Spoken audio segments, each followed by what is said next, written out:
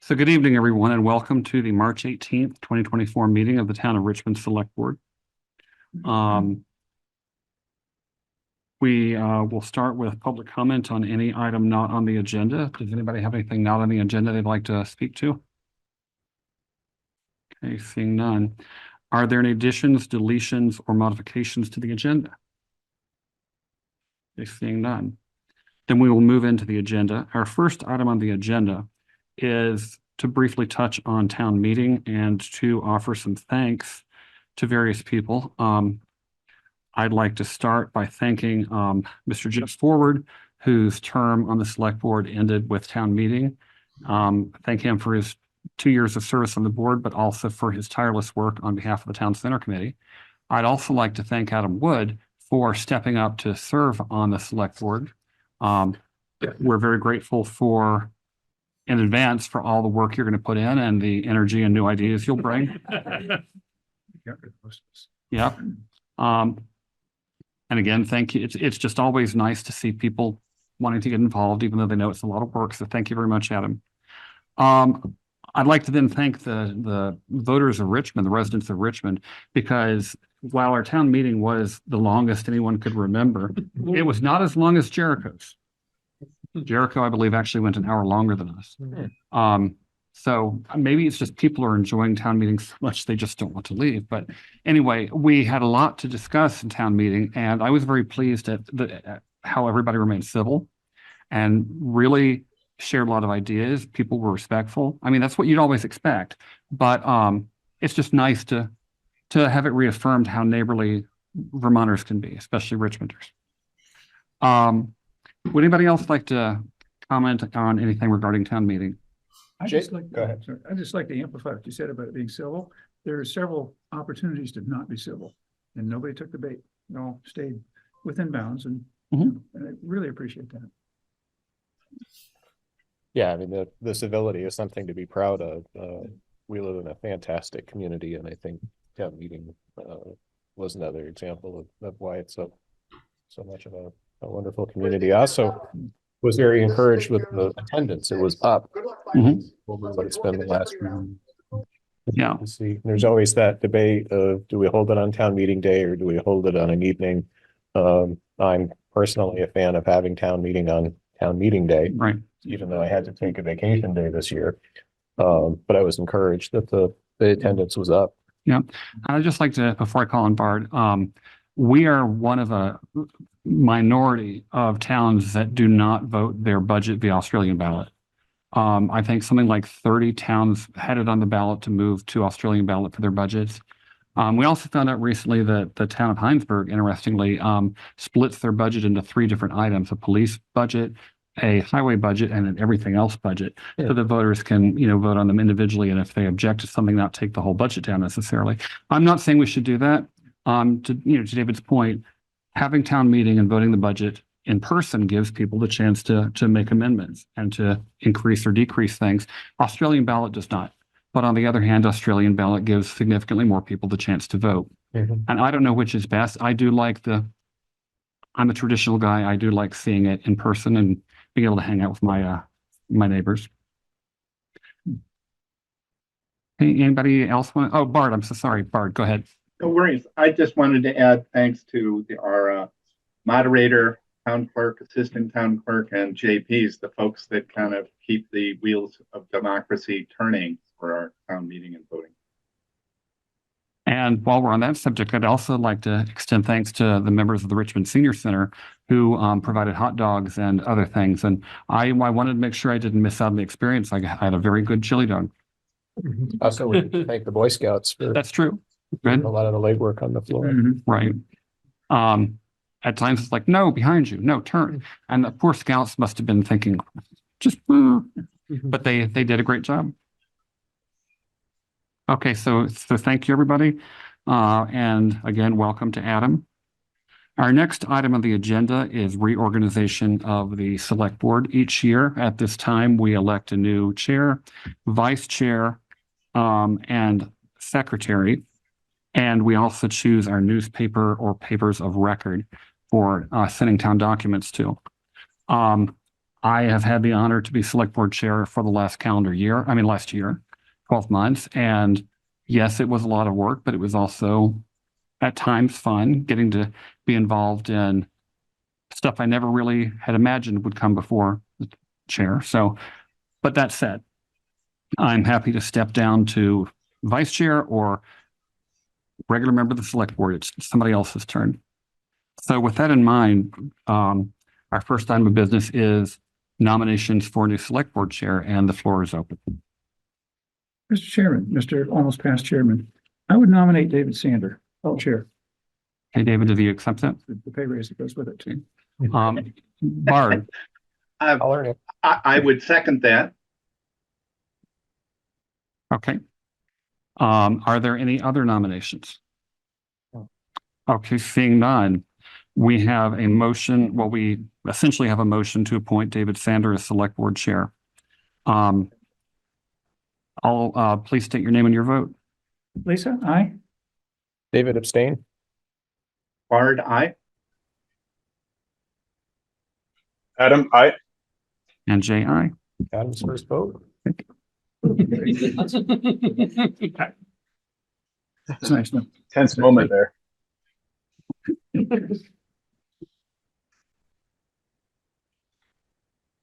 Transitions of authority did not always work so smoothly. It's true. Should we get down this way? We can.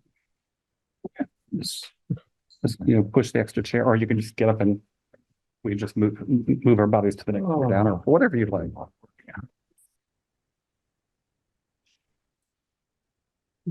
So we're doing musical chairs. Well, Jay, thank you for your service as chair the past year. You threw a lot of energy into the job, which I'll admit will be tough to follow, but I'll strive to do my best. So Bart alluded to the peaceful transition of power. This is something that informally the board does every year following town meeting, just reorganize, restructure. And, I alluded to this in the opening remarks. Richmond's very fortunate that it's a very civil community to be very proud to be a member of. On this board, things have come before the board that are very emotional, very contentious, often very animated. And in the 10 years I've been on the board, I've been very impressed with the civility and the tone, and it's something I'll strive to continue. It's something to be proud of. So moving back to our agenda, now we need to choose a vice chair. So at this time, I would accept the nomination for vice chair.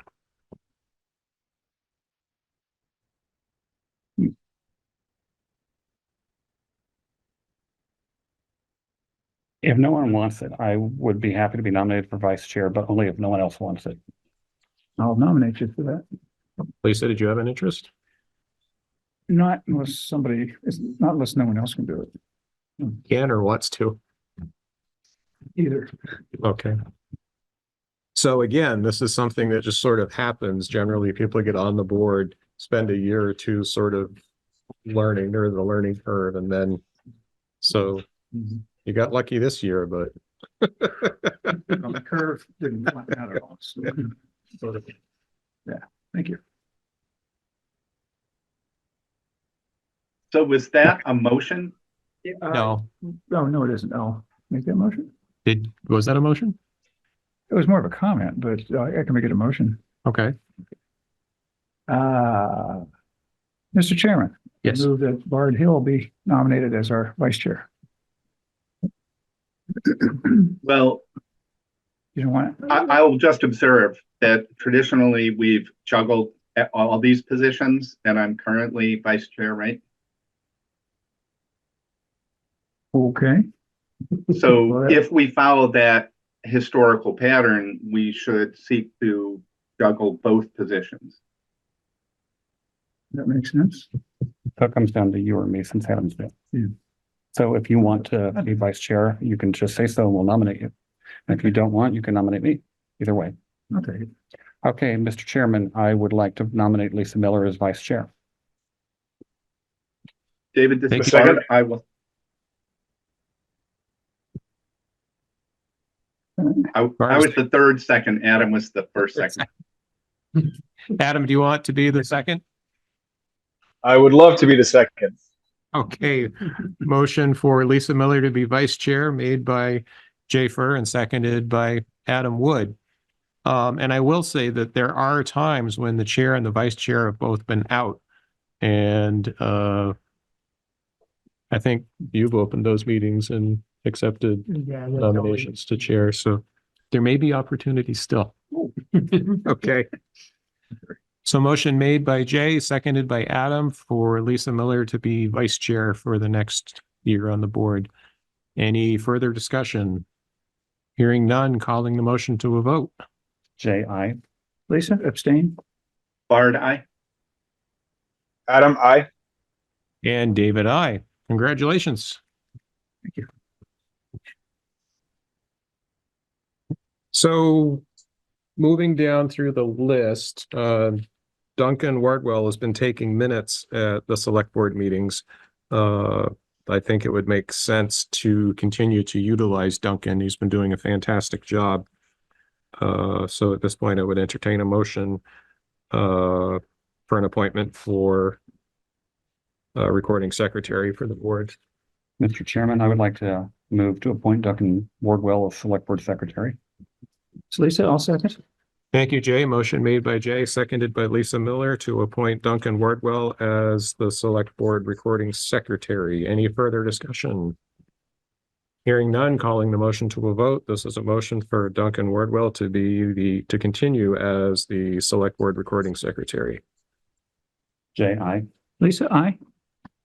Bard, aye. Adam, I. And David, I. Duncan has been reappointed as the board. This landlord has 6.5 million square feet of office space. Moving on to official newspapers. This historically was very important as a means of communication for the town to get information out on upcoming meetings.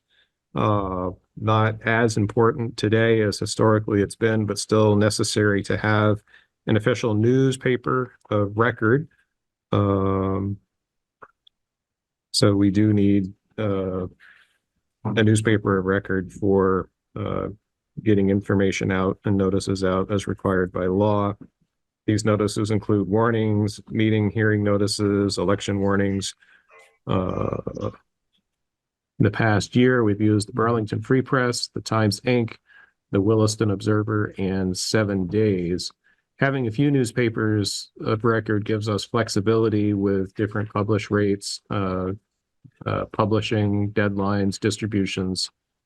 So at this point, I would entertain a motion for officially declaring newspapers of record.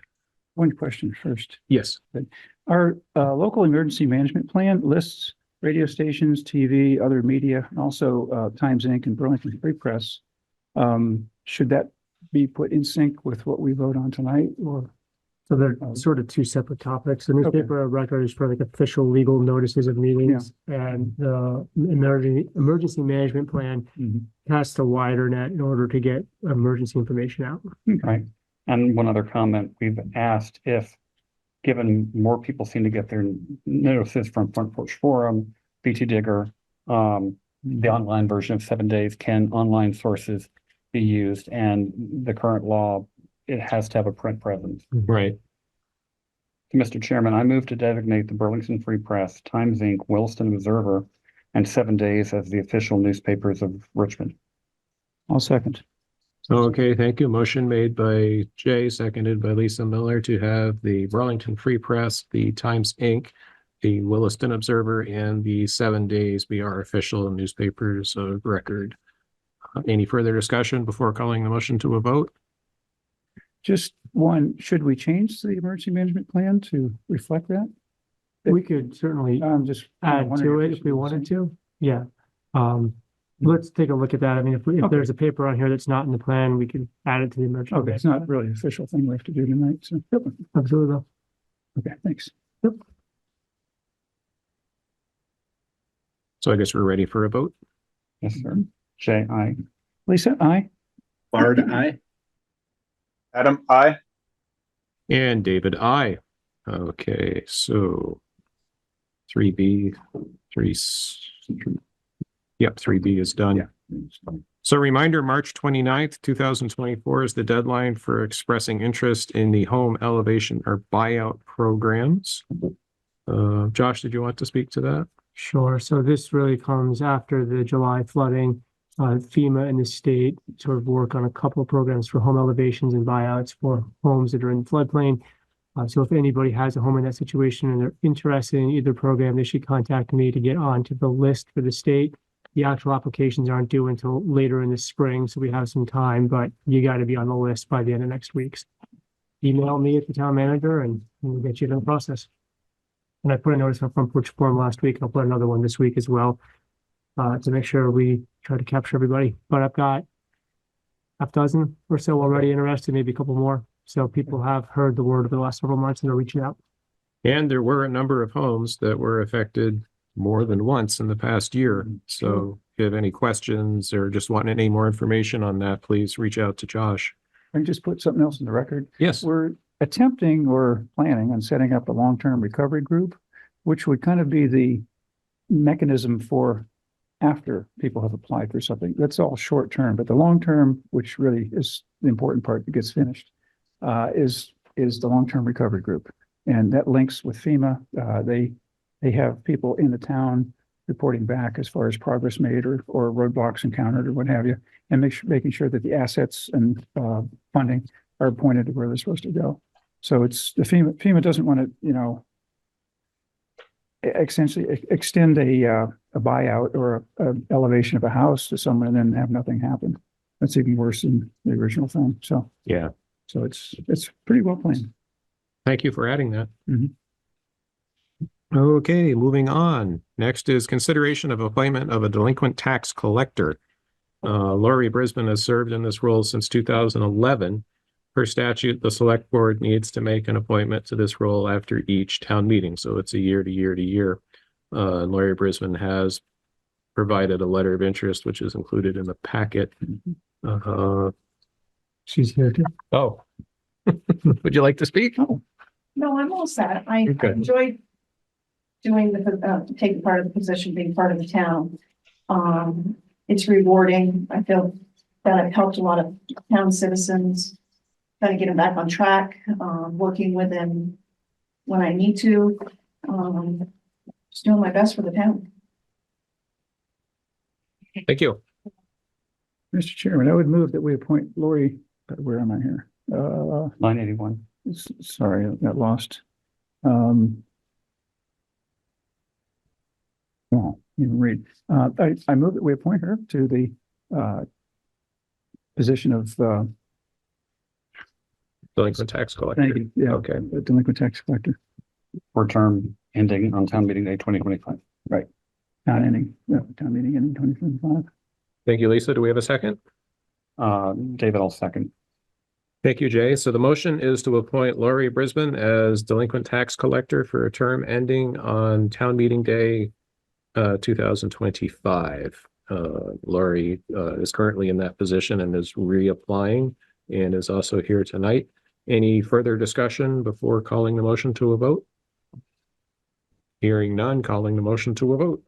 Jay, I. Lisa, aye. Bard, aye. Adam, I. And David, aye. Thank you, Lori. Okay. So next is consideration of a request from Radiate Art Space to use the town center campus for the annual art crawl on September 29th, 2024. Okay, And Judy is here. on Zoom. Yep, I Yep, saw okay. that. Okay. And there was more information in the packet. Judy, did you want to speak to this? I'm really here to answer questions. Okay, I think I gave an outline of what we're doing, and it's exactly the same as last year. anybody have any questions for Judy? Well, could we explain it a little bit more for people watching who are not on the board, who don't know what we're talking about? Okay, the art crawl is an annual event that Radiate sponsors along with other businesses in Richmond. We, it centers around about 40 or 50 local artisans who have booths and sell there and show their ware. We have children's and adult art activities. We have food trucks. It's a very active and lively scene. We basically are asking to be able to close the parking lot and use the parking lot along with the first years we did it. We just used the lawn areas, but the last 2 years we've used the parking lot also. So we work along. The post office still needs to get in and out because they do deliver on Sunday now. We talk with Jericho Settlers Farm because they have an access to the field behind the parking lot, and we work with the library just in case they had any activities planned. The church across the street needs to know because they use the parking lot a lot. And I also talked to the police about knowing that we would be using the parking lot.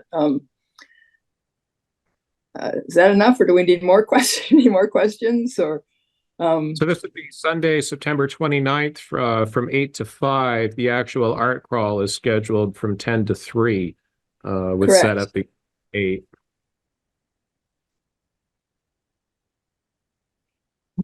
Thank you, Judy. Any questions, comments, discussion? Okay. Mr. Chairman, I move to approve the closure of the town center parking lot for the Radiate Art Spaces Art Crawl on Sunday, September 29th, 2024 from 8 a.m. to 5 p.m. Thank you, Jay. Do we have a second? Lisa, I'll second.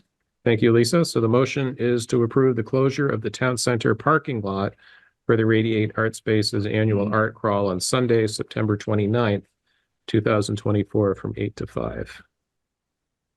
Any further discussion? Hearing none, calling the motion to a vote. This is Jay, aye. Lisa, aye. Bard, aye. Adam, I. And David, aye. It has been approved. Thank you, Judy. and thank you all very much too. Thank you. Okay. Next is an update from the Recreation Committee. And we have the Recreation Committee here tonight. Sherry. Mark. Oh, there's Sherry. Oh, Top row. hi. I did see Mark. I don't know if Kate is online or in the room. Kate Kreider. She's online. Yeah. She's there. Hi, sorry, I'm here juggling, putting kids to bed too. All right. Well, thank you for giving us time on this agenda. Shall I just proceed with a little bit of an overview and then get into the questions? Please do. Okay. Yeah. So Mark, Kate, and I are the remaining members for a period of time. Kirsten Santor was the fourth member, and she recently ended up moving to Heinsberg, so she can no longer serve on the committee. So at our last meeting, March 5th, town meeting day, we were discussing a lot of different things, and both Kate and I were up for what do they call it, reapplying for another term. And we had both decided that we were not going to continue. So that would basically leave us, the reason why we came here is it would leave us with one current member, because Mark's term doesn't end for another year or two. I can't remember, Mark, when your term ends.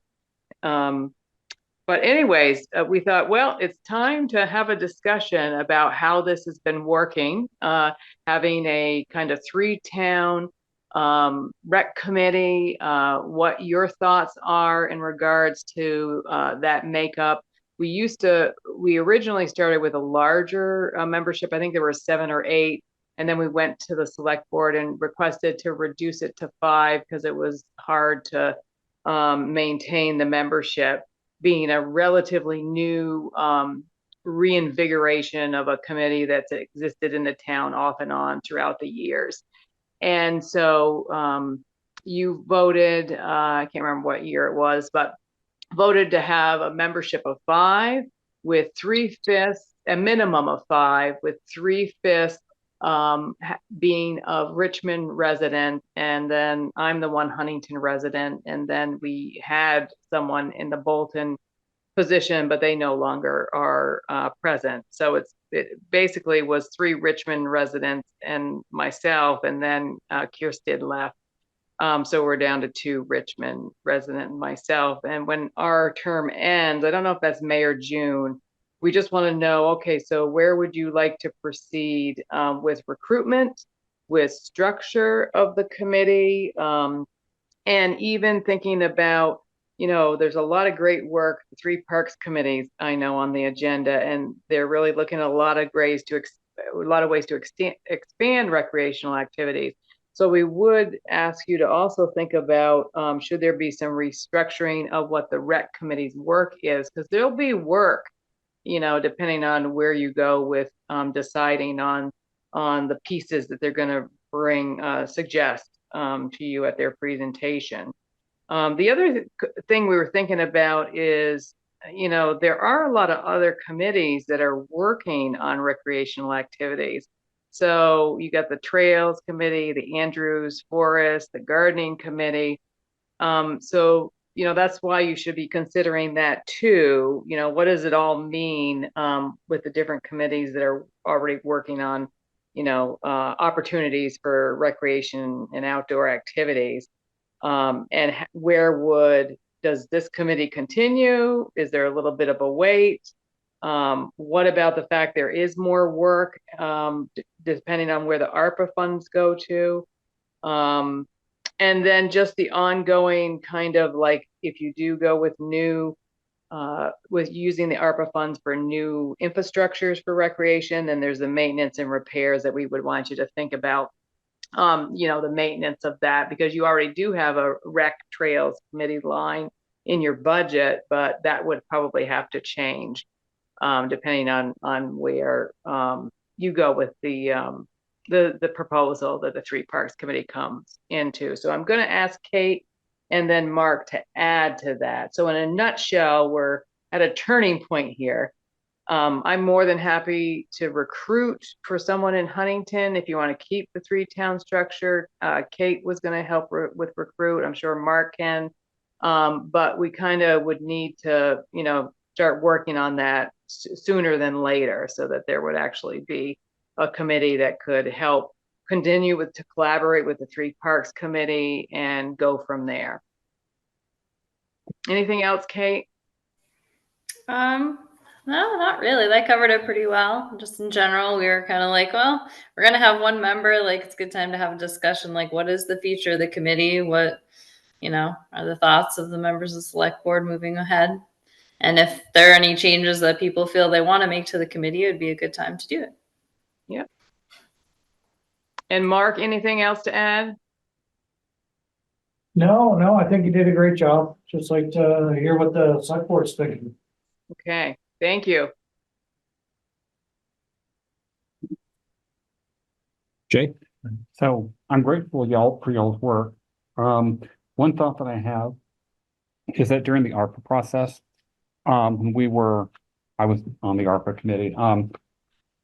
We several times at various meetings, people said, well, do we really want to take input from the Recreation Committee?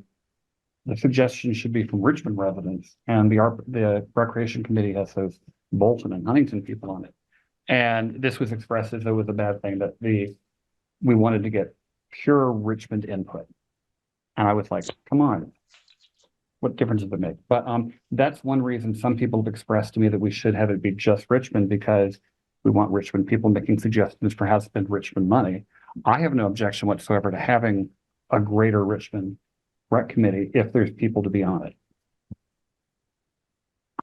I would echo that too, Jay.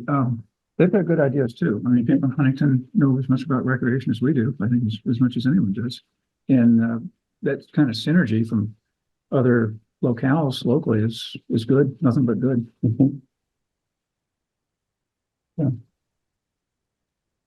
Yeah, and my experience as a Huntington person has been, again, I've really enjoyed the work, and we have had some progress with, our website was able to make sure that it had stuff happening in Bolton. what's happening in Richmond and what's happening in Huntington. That was the whole point, to make sure that we could promote it. We had the snowshoes that were gotten and at the Richmond Library, so they help maintain it, but anyone from Huntington, Bolton, or Richmond can go and loan it out, a pair of snowshoes or for the family, and test it out. And we, so I think that we feel like, that has been a positive experience. It's just, it is hard to recruit, but I'm sure that I can, find someone in Huntington that would be willing to continue. Just wanted to get your feedback on it. Bolton, I know Jack said from the senior center that he could help try to find someone from Bolton, and he lives in Bolton. So we're not opposed to trying to continue with that structure as it is. Thanks. Bard? It's my perception going back a ways, some of this was influenced by the realities of people, especially kids from different towns coming together and engaging in recreation together. And I think the similar to what Jay said, what I heard feedback is, well, are they voting on our ARPA money? The ARPA money had a life of its own, in a sense. But in terms of recreation activities, if we accept and embrace the idea that Richmond is a hub for not only our town, but at times neighboring towns, for both kids and other folks, Cochrane's attracts people from all over, right? So I think it seems plausible to have members on the rec committee. I think there are the broader questions that we should probably entertain also about the role of the rec committee and the role of the rec committee relative to the three parks, or the parks committee, which I at least understood at the beginning that was sort of finite to come up with plans for the ARPA funding.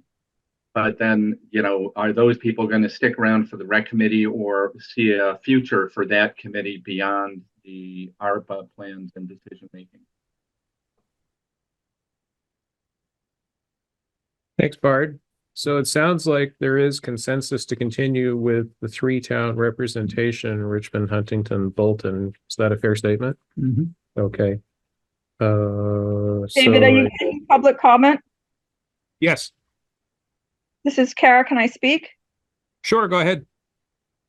I would really like to recommend that, since we are looking at the three parks committee recommendations, and then we're going to talk about maintenance for years to come and decisions making for the parks, I would really strongly recommend that we open it up to Richmond residents and taxpayers first, and that we can also include other towns such as Huntington and Bolton as a advisory but a non-voting position, because I think it's very important. We don't get to vote on anything in Huntington, and we don't get to vote on anything in Bolton. So to have a committee member that gets to vote on something in Richmond is not really, I'm just concerned for that, because I would love their input, but the people in Richmond are paying the taxes and paying the bills and should really have the vote. That's the same reason we don't have people from Williston who use our park and come to our park come and vote on how we're going to maintain it, or how we're going to make changes to any one of these three parks. Having input and inviting them to meetings and participate is not the same thing as having people vote. And that's the issue that I'm concerned about. Okay, thank you, Kara. Can I speak? Go ahead. Hi, Fran Thomas. I was on the Recreation Committee for 13 years when we were a very viable committee. And for the next 4 or 5 years after that, it was a very viable committee. And we didn't have anything written down as to what our jobs were. But we did have a mission. That Park Volunteers Green got expanded when we first got on the committee. It was one sort of field, one swing set, the jungle gym that kids really liked, but was deemed unsafe at some point. And we really functioned well. We put on concerts. We, for 3 years, we ran a day camp. We had Friday night movies. We did a lot of things. And we sort of had a mission. It was not written, but we had a mission. And we also had a budget. And I managed the budget. And I would come before the select board with, okay, we want to put up a new backstop. This is what it's going to cost. We want to do some of these programs. I feel that the Recreation Committee now doesn't have a written mission. And they really need, in order to get people on the Recreation Committee, there really needs to be a formal mission as to what their job is. Is it programs? Is it managing the three fields, the 3 parks that we have? I think in order to get people involved, they really need to know what they're going to get involved in and what kind of support they have to do their job. Now, a long time ago, we talked about having recreation person in town. And at that time, I probably wasn't, it was after I was off the Recreation Committee and on the Select Board, and there wasn't a real good job description written for that person. And there wasn't a way to fund that person. I think we're getting to the point where besides having a viable Recreation Committee, we need to have some more office support than we currently have to manage what is going on and to promote recreation in town. As far as the other 3 towns, I do believe that they participate in the soccer programs and the Little League programs. And so you kind of want support from those other towns if you're having their kids there. When it comes to maybe paying for facilities, maybe those reps shouldn't have us because the rest of us, are paying for it. But I think the town needs to work on really what do they want from a recreation committee and do that soon. And then go out and solicit volunteers. Good point. Thank you. I'm going to actually direct a question kind of to Josh because of, your involvement in those programs. To what extent does the Recreation Committee support Little League and soccer and so forth? I honestly don't know. Honestly, in my years of being president of Little League, I haven't really talked to the Recreation Committee about Little League programs. Little League kind of runs autonomously with our own board and volunteers and field maintenance. So is that something that the Recreation Committee might be is that something they should get involved in that we should ask them to do, or do you think we've got it without them? I mean, I can only really speak for Little League. I think right now we've got a good group of volunteers and board members that are very motivated, and we kind of take care of what we need to for Little League. I think our biggest thing right now is field maintenance, which the town and FEMA is helping us out with from the floods. I don't really see much of a need for support on that for Little League. I would like to say that the Recreation Committee used to interact. We let Little League run itself. The Little League came to us and talked about, as far as scheduling, using the fields. We started the soccer league and then it kind of went on its own, but they need to interact with the Recreation Committee. Doesn't have the people to run those programs. Right. Those programs need to interact with the Recreation Committee as far as scheduling and work that needs to be done on the fields. There's a good point about scheduling. I think back when you were on it, because I remember seeing the old form, it had everything scheduled, had to go through the rec committee. But because the rec committee was essentially defunct for a couple of years, that then changed to coming into the town office. So now Duncan keeps a calendar on there. So everybody submits requests to the town office and then we schedule everything out for between Little League soccer, birthday parties, etc. So that is one thing that's shifted over the years as far as that responsibility. Sherry? Yeah, I just wanted to go back to what Fran said is they might not have had a written vision, mission, and goals, but we actually do. So I just wanted to remind on the select board about what those are. the vision statement that was developed, 3 years ago, I think, when I first started, was to provide community members with boundless opportunities to spend their leisure time. The mission statement: we serve the communities of Richmond, Huntington, and Bolton by overseeing and designing a variety of diverse recreational programs accessible to all residents. These programs shall enhance community cooperation and resilience and encourage active mind, body, and spirit. And the 4 goals that we work off of are to improve access to a variety of recreational activities that promote well-being to the 3 towns, promote collaboration and offerings into the community that address health-related needs, increase community engagement, guide the creation and management of pleasing, safe, healthy, helpful, and enjoyable public areas in Richmond, Bolton, and Huntington. So that guides all of our work, and we created an annual work plan that aligns with these 4 goals and mission statement. And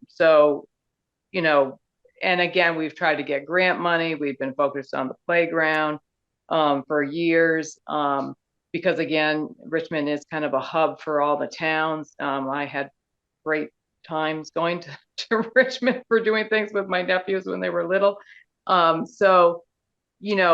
That's why it could be something else, but that's the work that we did, over the years, and continue to, kind of center our work around these things. They're very broad, though. They're not like real hands-on program stuff that Fran talked about, but you could switch that. Okay, go ahead. Question for Josh.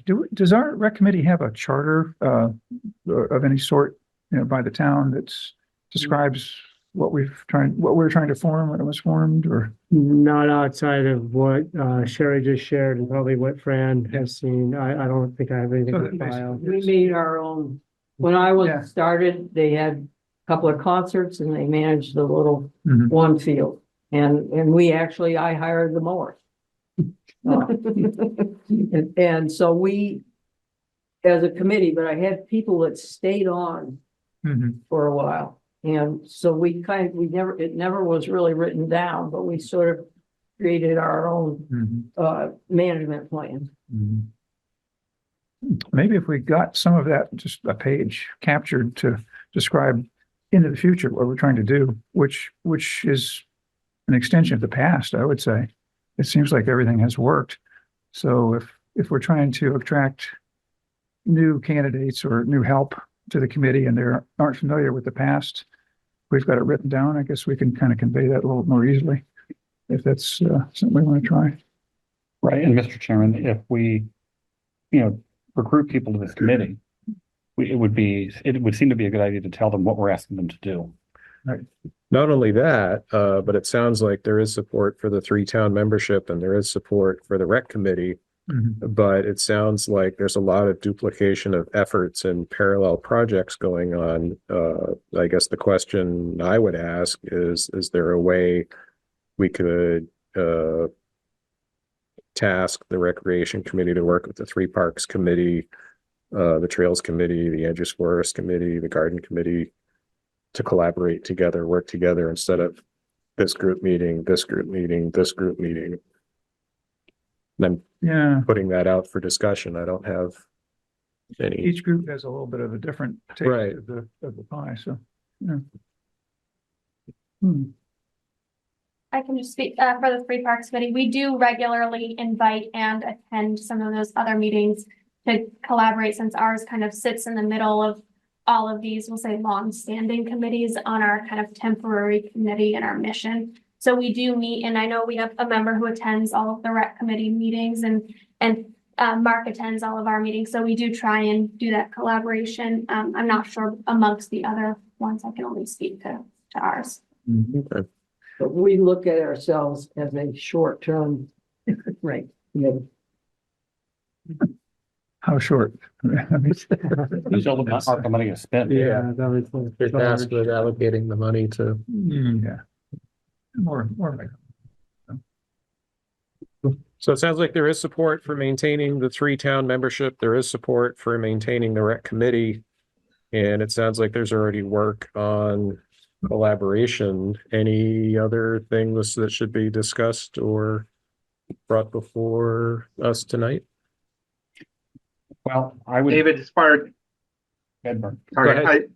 one idea, I'll say when my daughter first started softball, the Browns Court softball field was in horrendous shape.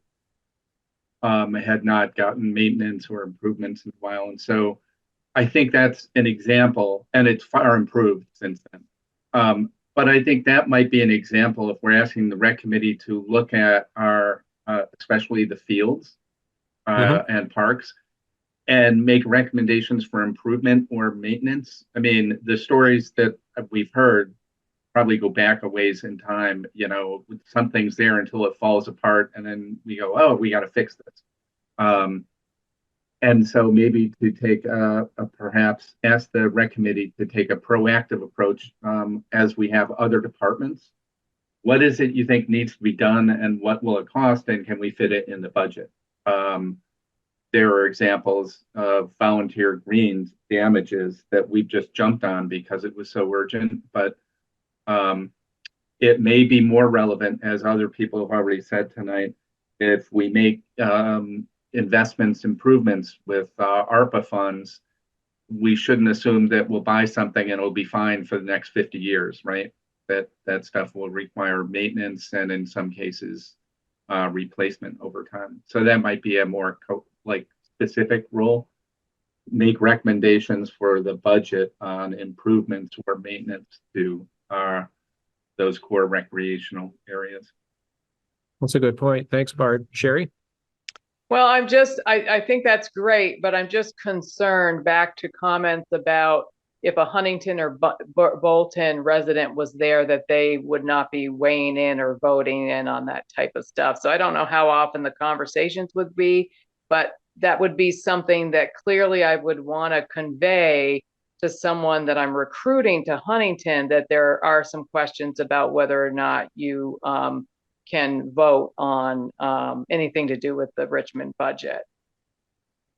Well, I'll just be clear. The committee has no actual authority. It would make proposals to the select board. Like what I was suggesting is we're not giving a budget to the committee. What we're asking the committee to do is to make proposals that then go through a public process at the select board, which is similar but different. I mean, still be voting on proposals, but you wouldn't be voting on spending money. Thank you. That's much clearer. And I guess that's okay with everyone that I live in Huntington and would be part of voting on a proposal, that still works. Well, I'm not sure everyone's okay with it, as we've heard tonight. That's a fork in the road, Okay. Well, that is an issue, though, that continues to come up, which is why I'm asking. To go out and recruit one of my neighbors in Huntington to go over there, that can be a difficult conversation to have. That they would like you to volunteer your time, but you can't say anything about, making proposals for budgets to Richmond stuff. So I think honestly, a good idea is a good idea. It doesn't matter who it comes from. And people in this area have a good sense of what's available for recreation, both in Huntington, Bolton, Richmond, and beyond. And I think those ideas are always going to be welcome. I think they are.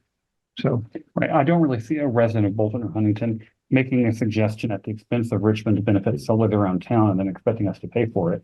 That just wouldn't make sense. And so I don't think there's really much damage that they could do. And I think that the more people who have energy to spend on recreation topics, I don't care where they live.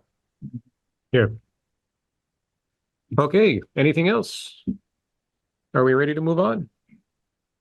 I just want to clarify. So what you're saying is we're going to stay the course, the same membership, go ahead and recruit, and there might be some targeted work around, like coming up with a proposal around the fields, and that we continue to collaborate and we continue to look at what the role might be after the 3 parks proposal comes to you guys.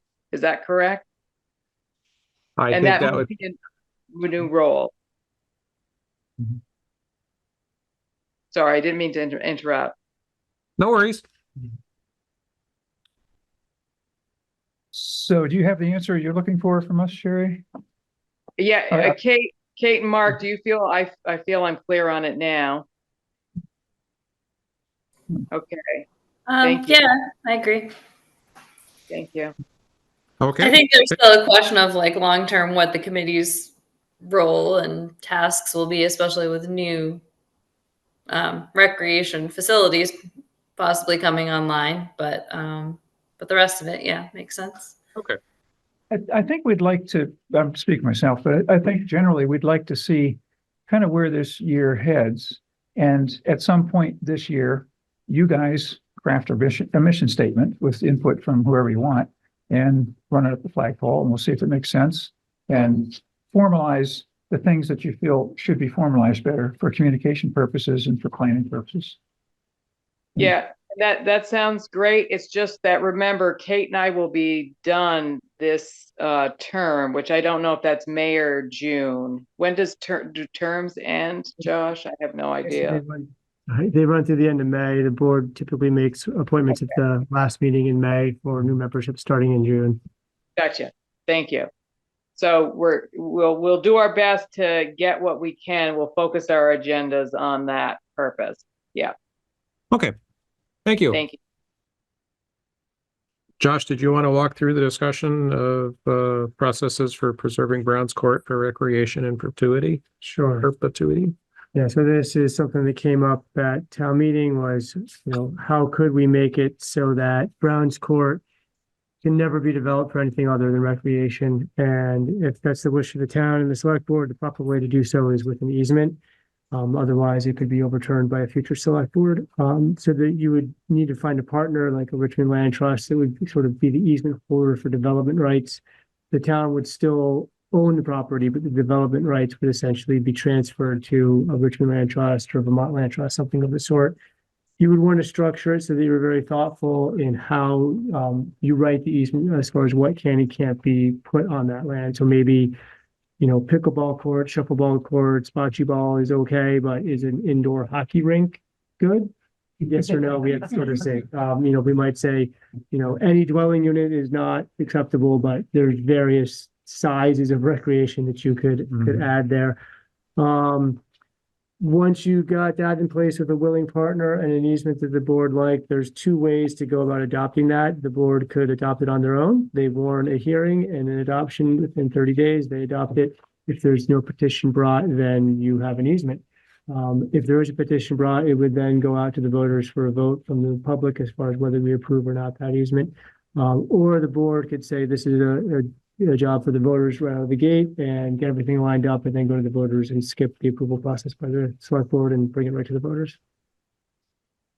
That's assuming we wanted to go down the road of putting a process in place for conservation.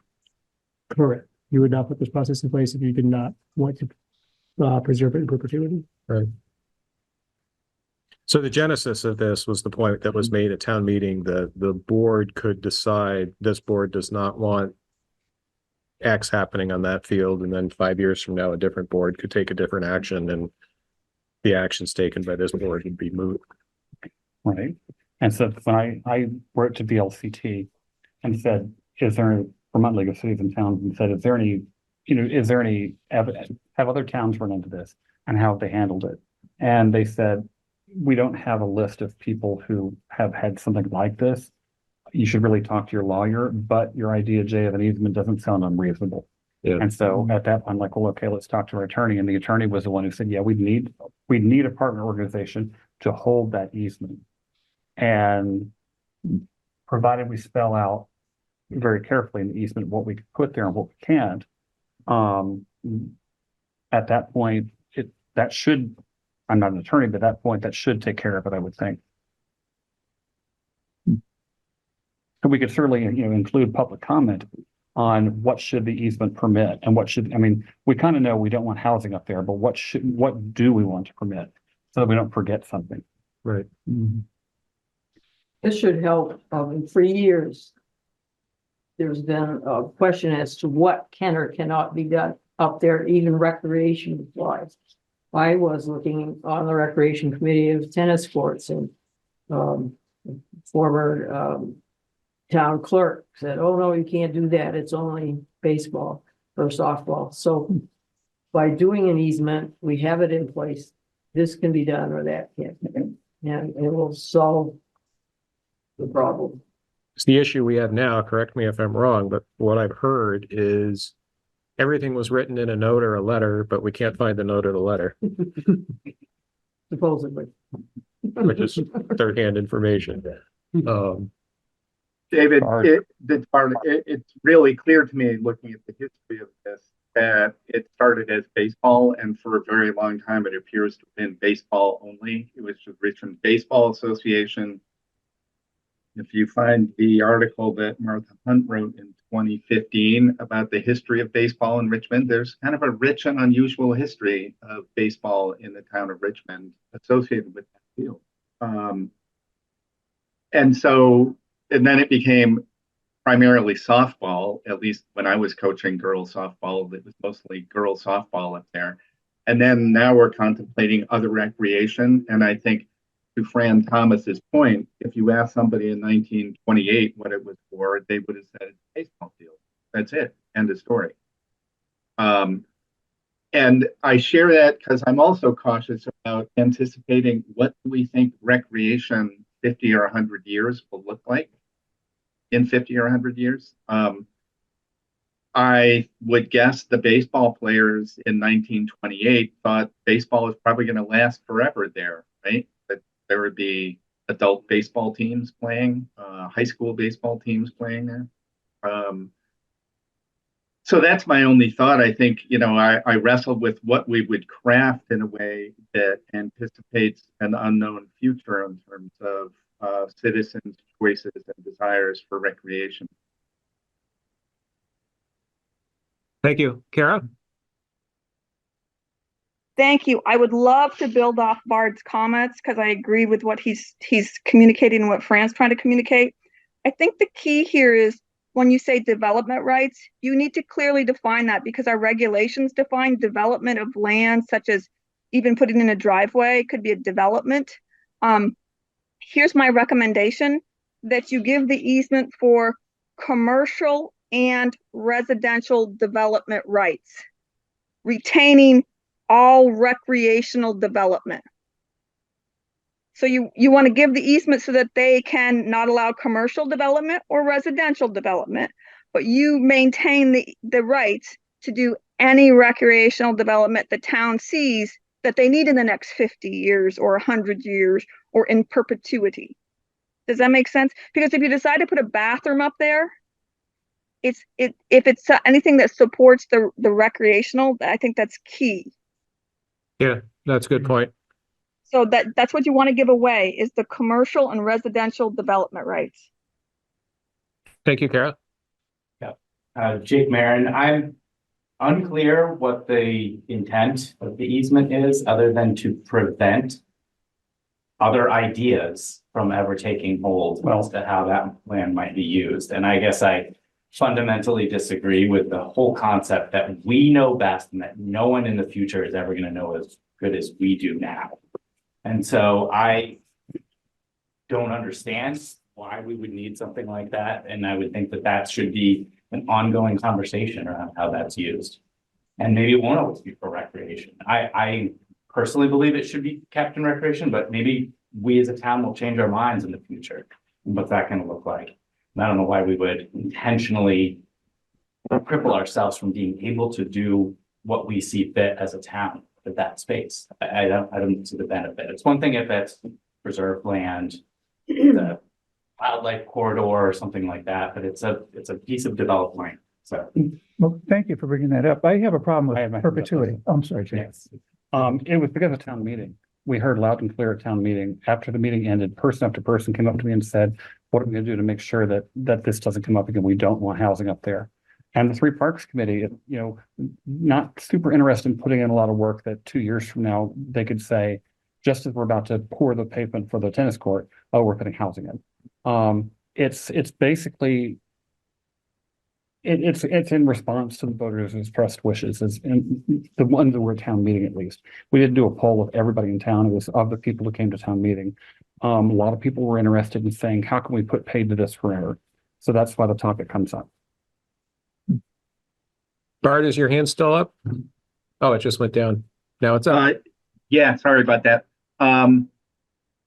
You know, in that regard, one approach is to contemplate some other kind of vote. I think there is a strong consensus from town meeting and current members of the board, I think.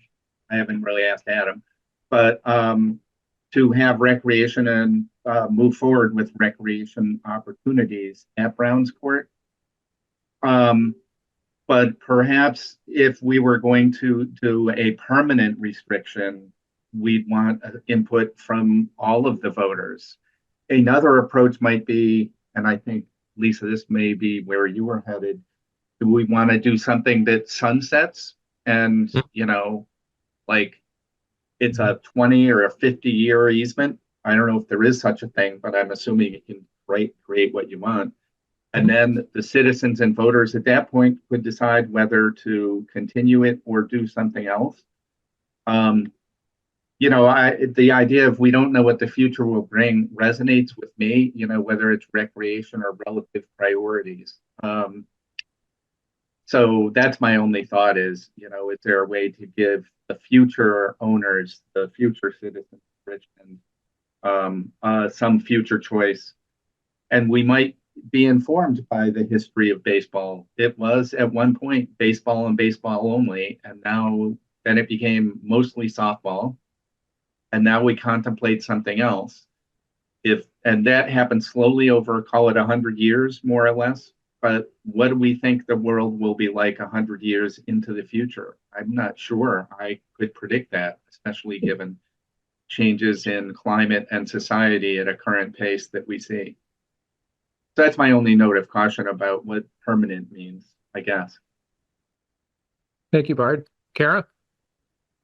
Just a reminder, this was a piece of property that was donated over 100 years ago for recreational purposes. So us doing perpetuity is to acknowledge the donation and accept the donation for the purpose of what its intent was. So that was the key thing that came out of the town meeting, that everybody really wanted to recognize the donation and be thankful for it and keep it doing what it's going to be doing. And that the correlation I want to draw for you all is the town voted to buy the Andrews Forest. I don't think the town wants to consider developing that in any near future, or I thought when we conserve things, we do that in perpetuity.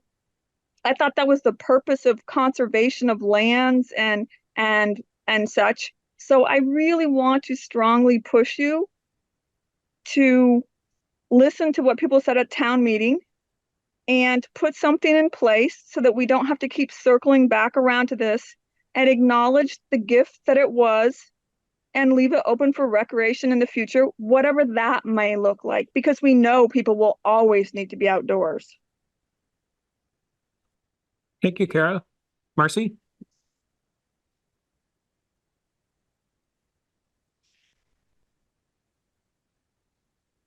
Muted. You're muted, Marcy. I'm sorry. I was going to make exactly the point that Kara just made about the intent of the donor initially, and also this elusive letter that I'm convinced there was fairly good evidence that a letter existed at one time that spoke about the restrictions on this property. And I think we should try to memorialize that while people that remembered seeing that letter are still with us, and so that a select board 50 years from now doesn't have to go through this entire process once again. And as for the Andrews Forest Committee, I am quite certain, I know for a fact, that the Andrews Forest Committee is subject to a conservation easement that the Vermont Land Trust holds, and I think that probably the Vermont Housing and Conservation Board. And so that land is subject to the terms of that conservation easement in perpetuity. It defines what's allowed on the property and what's not allowed. And if we were comfortable, if the town was comfortable acquiring that property subject to that conservation easement, which the Andrews family descendants, I think the Andrews kids entered into, then I don't really see much difference between that and what we're talking about doing on the Browns Court property. Thank you. Bart? So, it is something we come back to a lot, I think, is what was the intent. It seems fairly clear to me in the history that it was given with the intent of a baseball field. And we have consciously and unconsciously perhaps expanded that to recreation, which I think is plausible. So if we take as a principle that it was donated to the town for use as a baseball field, and then another term that shows up as a playing field, which I interpret in the language of the day as meaning a baseball playing field, but nonetheless, if we assume that it was donated for baseball and similar recreation, and we use the word more broadly than baseball to include other types of recreation, then perhaps a plausible approach is, as I think Karen first suggested here tonight, is not worry so much about defining the recreation and what's allowed as recreation in the future, but what's not allowed in terms of commercial and residential building or use. Yeah, that's the task at hand. Anything else before we move on? I guess my question is, do we have a next step? Do you want me to follow up with Richmond Land Trust, see if they'd be interested? Is there a next step that you want to take on this?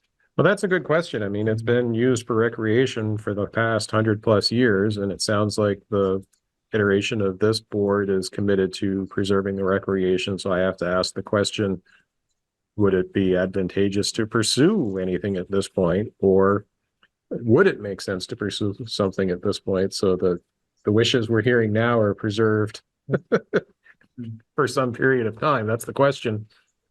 We're all the people speaking are part of the town. Mm-hmm. They're really, the town is the representation for that parcel. And 50 or 100 years from now, it's still going to be town property, and the residents of the town are still going to speak for it, whatever they think 100 years from now. I would rather give them the privilege or the honor of speaking for it themselves. I'm not sure we even need, since it's owned by the town, we have complete control over its destiny. I don't even think we need an easement of any sort in perpetuity. Certainly not in perpetuity. That's the wrong thing. We can't think that far. And I would say the way it is adequate. Maybe it's sort of where I'm leaning, but I'm 20% of the board. Mm-hmm. Yes.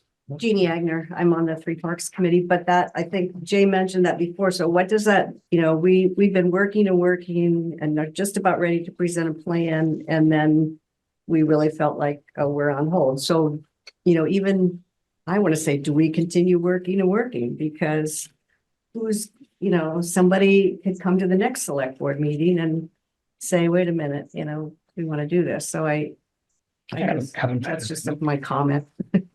Oh, go ahead, Adam. I didn't see your hand. Oh yeah, I just wanted to, so I guess in my mind, I think that the idea of doing a perpetuity is a little, I don't know.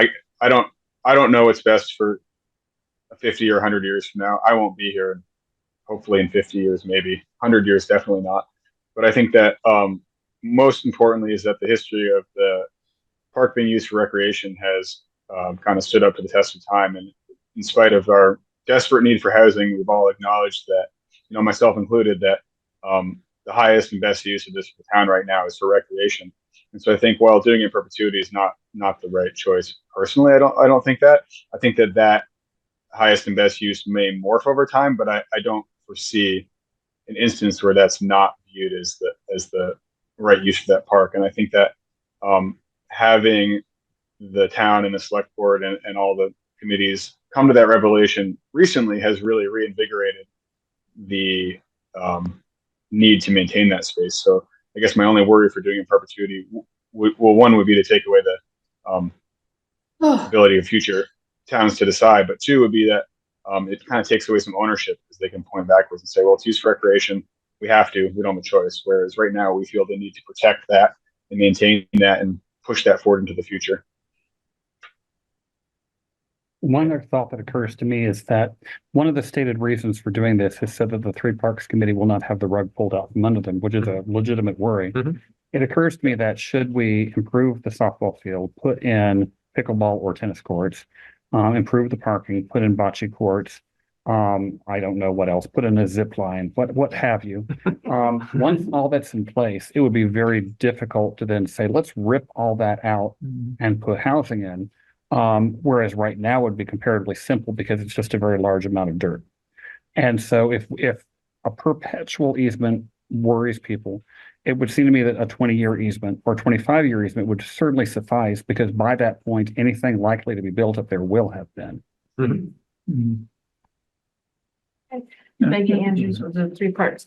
Another reason I think we should protect that area up there from commercial and housing. This park down here is all in flood zone. That's our only park up there that is not in flood. So if by chance in 50 years, this river cuts that park right out, we have the option, because it's preserved, to maybe move the playground and other ball fields or whatever needs to be up to that area. Marcy has her hand up. Oh, go ahead, Marcy. You're still muted. Thank you. Yeah, okay, thank you.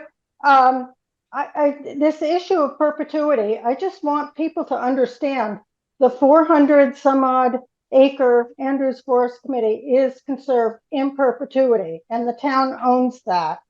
There are numerous other parcels surrounding Richmond Village in particular, like Betty Preston's land, and I believe the Pete Farm, and Sunshine's land, and BYCC, and Prelco, which is what, 1,700 acres or something, that are all subject to conservation easements in perpetuity. And for each one of those projects, the town issued some sort of letter of agreement with conserving those in perpetuity. And I'm really baffled by the fact that the select board seems to be balking at the perpetuity aspect of conserving a 3-acre parcel that we all think is its purpose is for recreation and should remain that way based on the history of the parcel and the donor's intent. But that's just the way I feel about this. Thank you. Yes.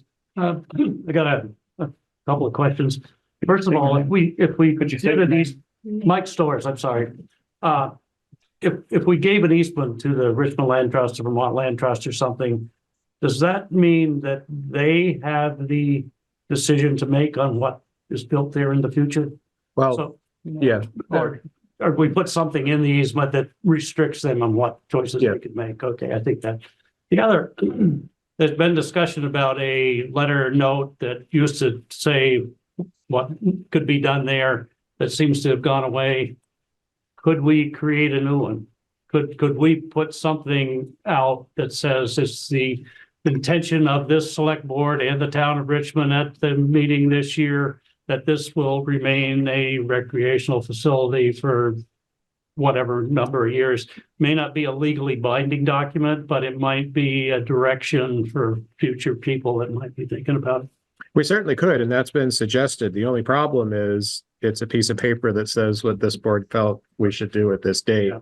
5 years from now, it's just, another board could do something totally different. It seems people have been referencing this other document that seems to be the same thing and saying we shouldn't do anything because there used to be a letter that said we couldn't, which doesn't seem any different. But we are running out of time, but it comes back to the question I brought up 10 minutes ago of, do we need to do something to establish this opinion going forward, or is it pretty well established that the park will be used for recreation and leave it at that? Fran?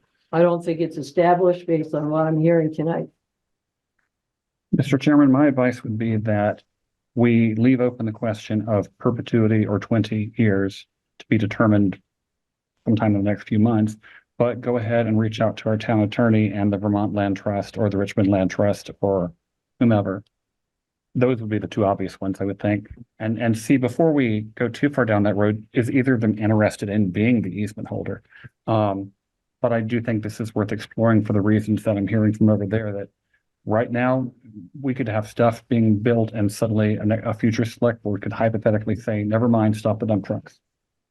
So that's my suggestion, is that we do reach out to the land trusts, reach out to our town attorney, and start building a framework, which we then would have the option to approve or not approve.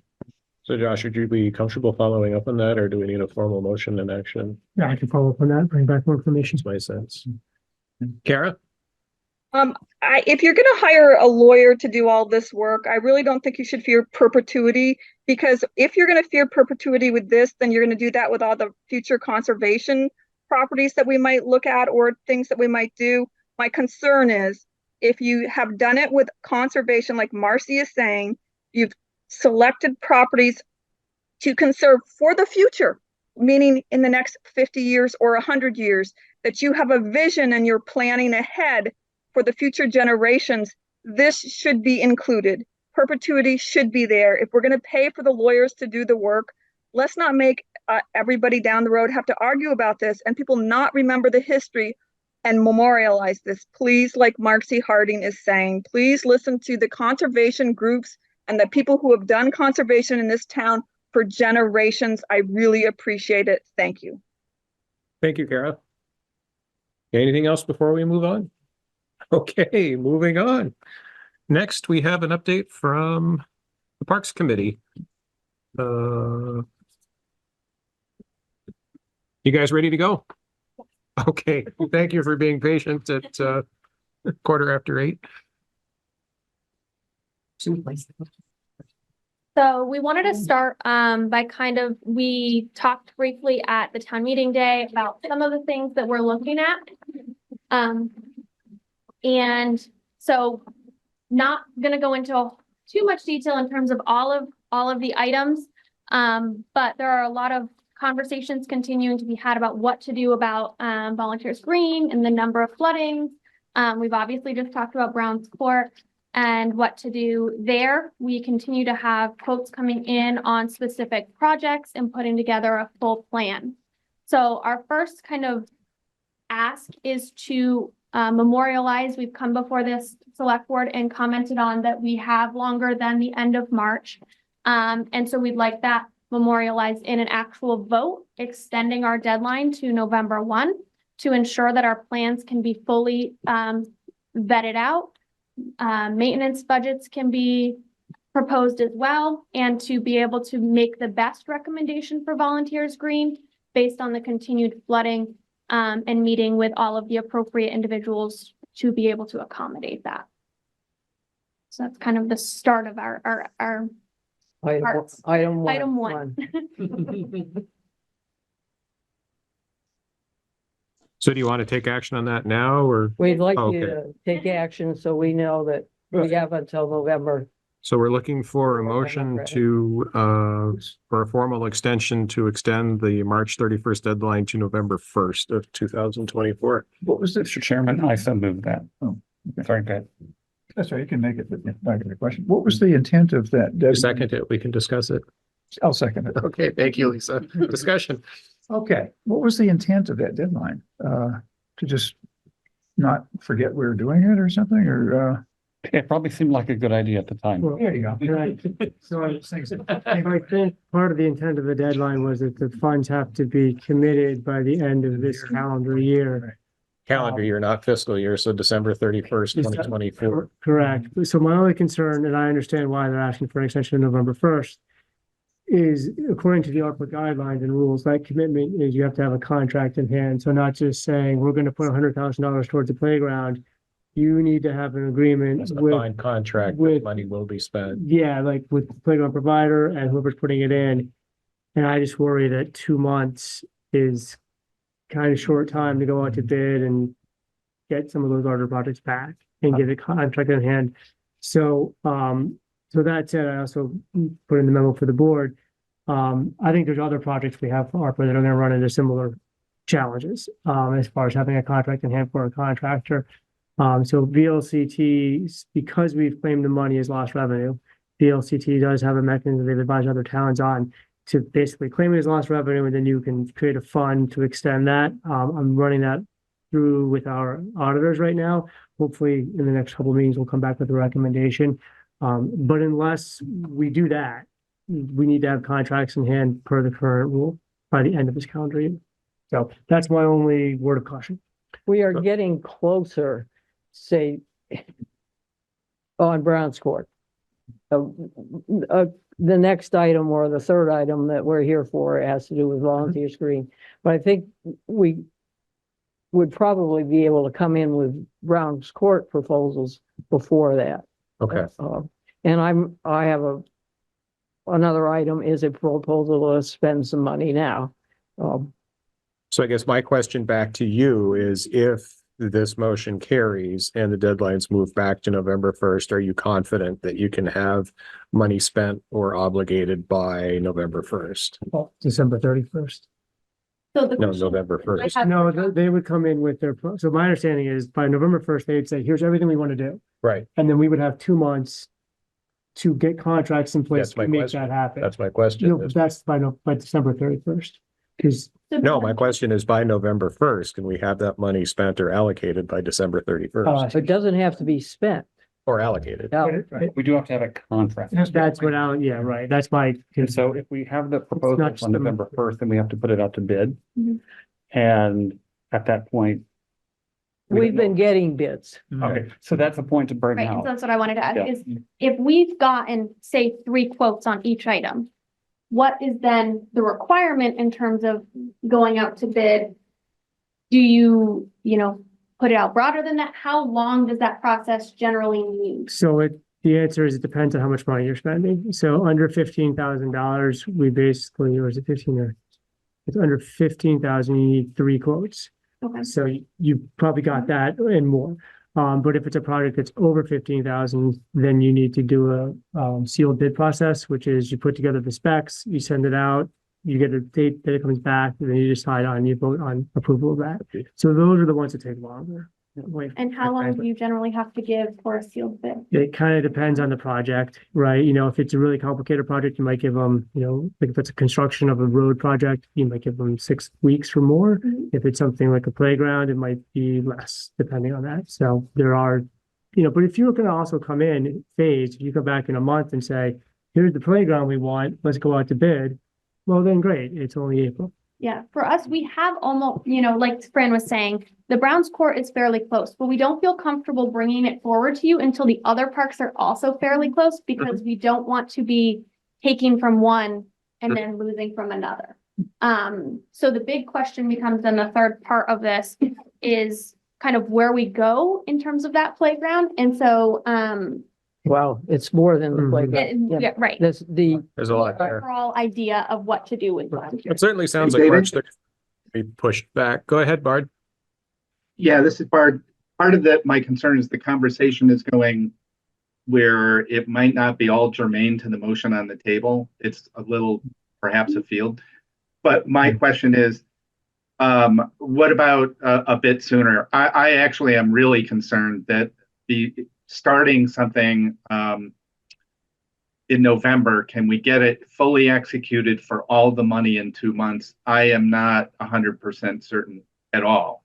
I'm concerned that is not going to work for all these contracts. So what about a slightly earlier date, like instead of November 1st, October 1st, which seems more plausible to me? So are you making an amendment to the motion? I'll accept the amendment. Yes, and great. Okay, so the amendment to the motion would be to move the deadline from March 31st to October 1st? That Yes. would be, yes, that's what I would propose. And then does that have a second as well? Can I ask a question? Okay, you guys have been talking to vendors, contractors, so forth. You've got plans. Are they pretty close to being able to do this bidding process?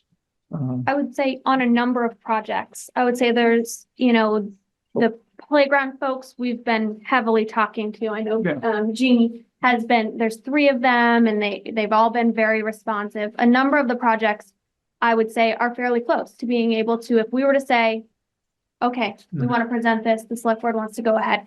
It's a couple of the other things that we'll get into a little bit in terms of a structure such as the band shell. Those are the ones that are a little bit less close because we need to have the follow-up conversation. But it still has to go through the bidding process. So that's, you know, that's, I'm just concerned about the time frame. So we have an amendment to the motion that needs to be seconded. No, I accept it as the friendly amendment. So you seconded it. Okay, so Well, no, I made the motion. Lisa. I thought Bard seconded made it. it. I made. You made the motion, Lisa seconded the Bard motion, made a Bard friendly made an amendment, amendment to the which I motion, and you seconded the amendment. Okay, so now we can keep talking. No, I didn't second the amendment. I accepted the friendly amendment. Okay. So my question to the committee, I think, is October 1st reasonable? I think it's more plausible for the I think bidding that's and contracting. Where you are. That's You tell them fair, if they Barb. want the jobs, they're gonna have Thank to you. perform. So. Okay. So this would be the October 1st deadline, meaning you're not going to sit on it until October 1st and then say, oh, we need to bring this to the select board. This is the select board saying, yes, you have up until October 1st, meaning if you have everything all set April 3rd, great. So my question, is the plateau, did we determine that the plateau is high enough that we? No, that's another discussion. Okay, So let's dispense with this motion. So the motion has been I didn't made know if and there then was a- amended to, for the select board to grant an extension from March 31st to October 1st for the deadline for submission. Any further discussion before calling the motion to a vote? Make it slightly sooner, just in case we need to add a little more time. Well, that would be a third amendment. No, this is just an outside, this is the absolute drop dead. Their stated goal is to come to us before then. Yeah, okay. And I don't think you guys are, you're all very smart people. You're not going to wait till September 30th. Have it till then. If something goes wrong. So, yeah. So the motion as amended is to extend the deadline from March 31st to October 1st, 2024. Calling the motion to a vote. Jane, aye. Lisa, aye. Bard, aye. Adam, I. And David, I. Okay, you got your extension. Thank you. Next. All right, one of my jobs on this committee has been to look at the habitat of these three parks, Brown Church, Volunteers Green, and Brown's Court. And I have quotes from tree companies to trim trees, cut trees, take away stumps, plant some grass. And we are wondering if we can move forward on that and not have to wait until we come through with a detailed, with the rest of the project. I found out at the end of last week that the library came in and got some money to hire Acer Tree Service or whatever. And so I then immediately called or talked to Caitlin Littlefield about, well, can we tag along on that? So she was going to send it, if I got permission to kind of move that part of the project forward, send an email to her contact at Acer and have him come out and meet with me and go through the things that we feel needs to be done. And I had walked all those things with Caitlin last fall. So this things that we're talking about, tree trimming, tree cutting, planting some more grass at Volunteers Green, are things that the town at around church are things that should have been done a long time ago. And so either it comes out of our ARPA money or other ARPA money. So if I get if I get a new quote from Acer and Caitlin is actually not necessarily recommending my other two tree companies because they're not I forgot, they're certified, but can I proceed with working with Caitlin to get the work done at those three parks? And to clarify our request a little bit, it's to use other funds If- for maintenance. Not as the a allocated ARPA safety funds. issue. Yes, Mhm. as some of these are hanging trees over areas like the playground and things like that. And so that's our request is to do these, please, in the name of safety. I guess I looked at Josh on the expenditure, but it seems like a logical maintenance item. Something that These are trees that should have exist. been done. I mean, Yeah. a couple of years ago, I met with Josh and a tree company at the park, and the town allotted $1,000. And Doesn't get you much. they cabled one tree, trimmed a couple others, and the trees at the park are in Round Church Green are terrible. Yeah. And at Brown's Court, they're hanging over the backstop.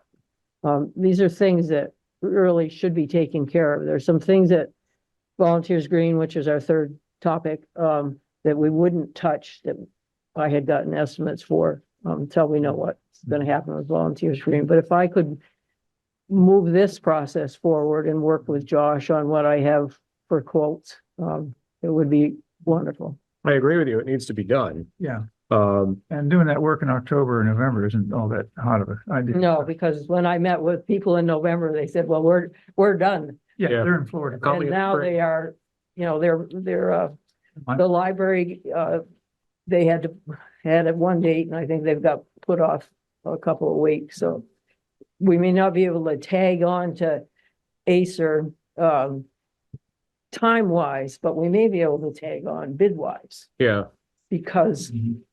it's, one company doing all the work. yeah, Josh, would it make sense to check with Pete and Highway? Because, and I don't know this, but we might have a stump grinder and they could just go over and bang it out in a couple hours. Or is this something we should look at? It's contracting it's out? multiple stuff. Yeah, I don't know that we have that. I mean, we could ask Pete if there's anything like that. Now, is this something you need formal board direction Well, from, or can you just I'm work looking with? at the budget. I know we have a tree removal line. Is that in the highway? There's I'm also, Oh, here it we're is. also No. suggesting potentially there's additional ARPA money that was not allocated. Okay, right. Or something along those. So we've got, I'm just trying to find a tree Okay. line. I had talked to Pete about possibly doing what you just said, what was just said.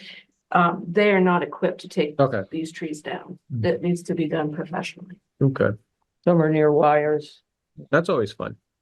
And the stumps to do, to do a good job on the stumps. One stump was taken out when ash tree was taken out at the Round Church, a stump was taken out and no grass ever got planted there. Oh, you have to do that? Can't just leave a big. You have, Memorial. it's just. So, I mean, I would come in and work with Josh on the quotes and work with Caitlin. Well, it sounds like there's an economy of scale of piggybacking on work already coming. As long as they're bringing the trucks and the manpower and the equipment out, it would be a lot cheaper. So if I could get permission to at least move forward on that, that would be Is that a wonderful. yes, Josh? I just want to know what funding source we're looking at, and give me a second. I know. I'm talking several, Okay. over $10,000. 15,000 was the quote. Yeah. Okay, and so that's actually good because that's under the threshold for a sealed bid. So thank you for getting free quotes. We're good there. Well, I gotta get that third. Make sure it's under And if you add Acer, in, $14,999. Acer's your third, and just so you know, they're probably not coming until the first week of April now. Yeah, that's what I heard. Okay. So, So we do have a landscaping and tree maintenance budget. Is that? Is that townwide or is Let that? me just double check. That's just in town admin. So that is of $1,500. So we could overspend that. Then you're dipping into unassigned funds by a lot, yes. Or like, I think they were saying we could use ARPA funds that aren't allocated towards Right, this. and we still have a cushion. We still have a cushion, absolutely. Yeah. That would be my recommendation personally, but I'm only 20% of the board. So if you could allocate up to $15,000 in ARPA funds for tree removal and maintenance. And then I could just work with Fran on what's the exact scope of work. We have 3 bids. And as long as you're comfortable not seeing the scope of work, we move forward and make it happen. Works for me. Do you need a I motion? agree. And I think it should be ARPA funds. I mean, we just talked about the desire to spend the money. We got to spend the money. So I think using ARPA funds makes. Yeah, and we would need a motion because it's spending ARPA money, so I need that. Yeah. One more. The trees you're talking about removing, has enough people agreed on the trees that there's not gonna be a, I walked with Caitlin Littlefield, the Forester. town tree warden. Tree board, yeah. Okay. I did in October, and plus with the two people I got quotes from, looking at the trees and the condition of the trees. Mhm. And That's a professional, opinion is needed. so, and then when you take a tree out, you really want to get the stump out Oh, and yeah. plant some grass. Otherwise you have a lump Yeah. and sprouts. Well, it's a safety hazard, plus critters like to eat the dead wood. So Yeah. you don't want that next to the round church. Mr. Chairman, I move that we authorize the spending of up to $15,000 of ARPA money for the tree and stump removal projects on Volunteers Green. The round church, All three. all three.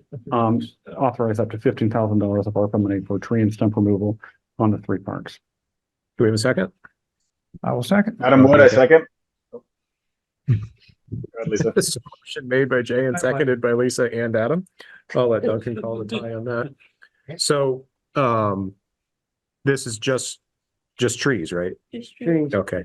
Any further discussion? Trees and stumps. Hearing none, calling the motion to a vote. Jay, aye. Lisa, aye. Bart, aye.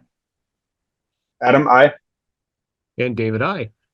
Okay, thank you. There you go. The third item, is Volunteers Green.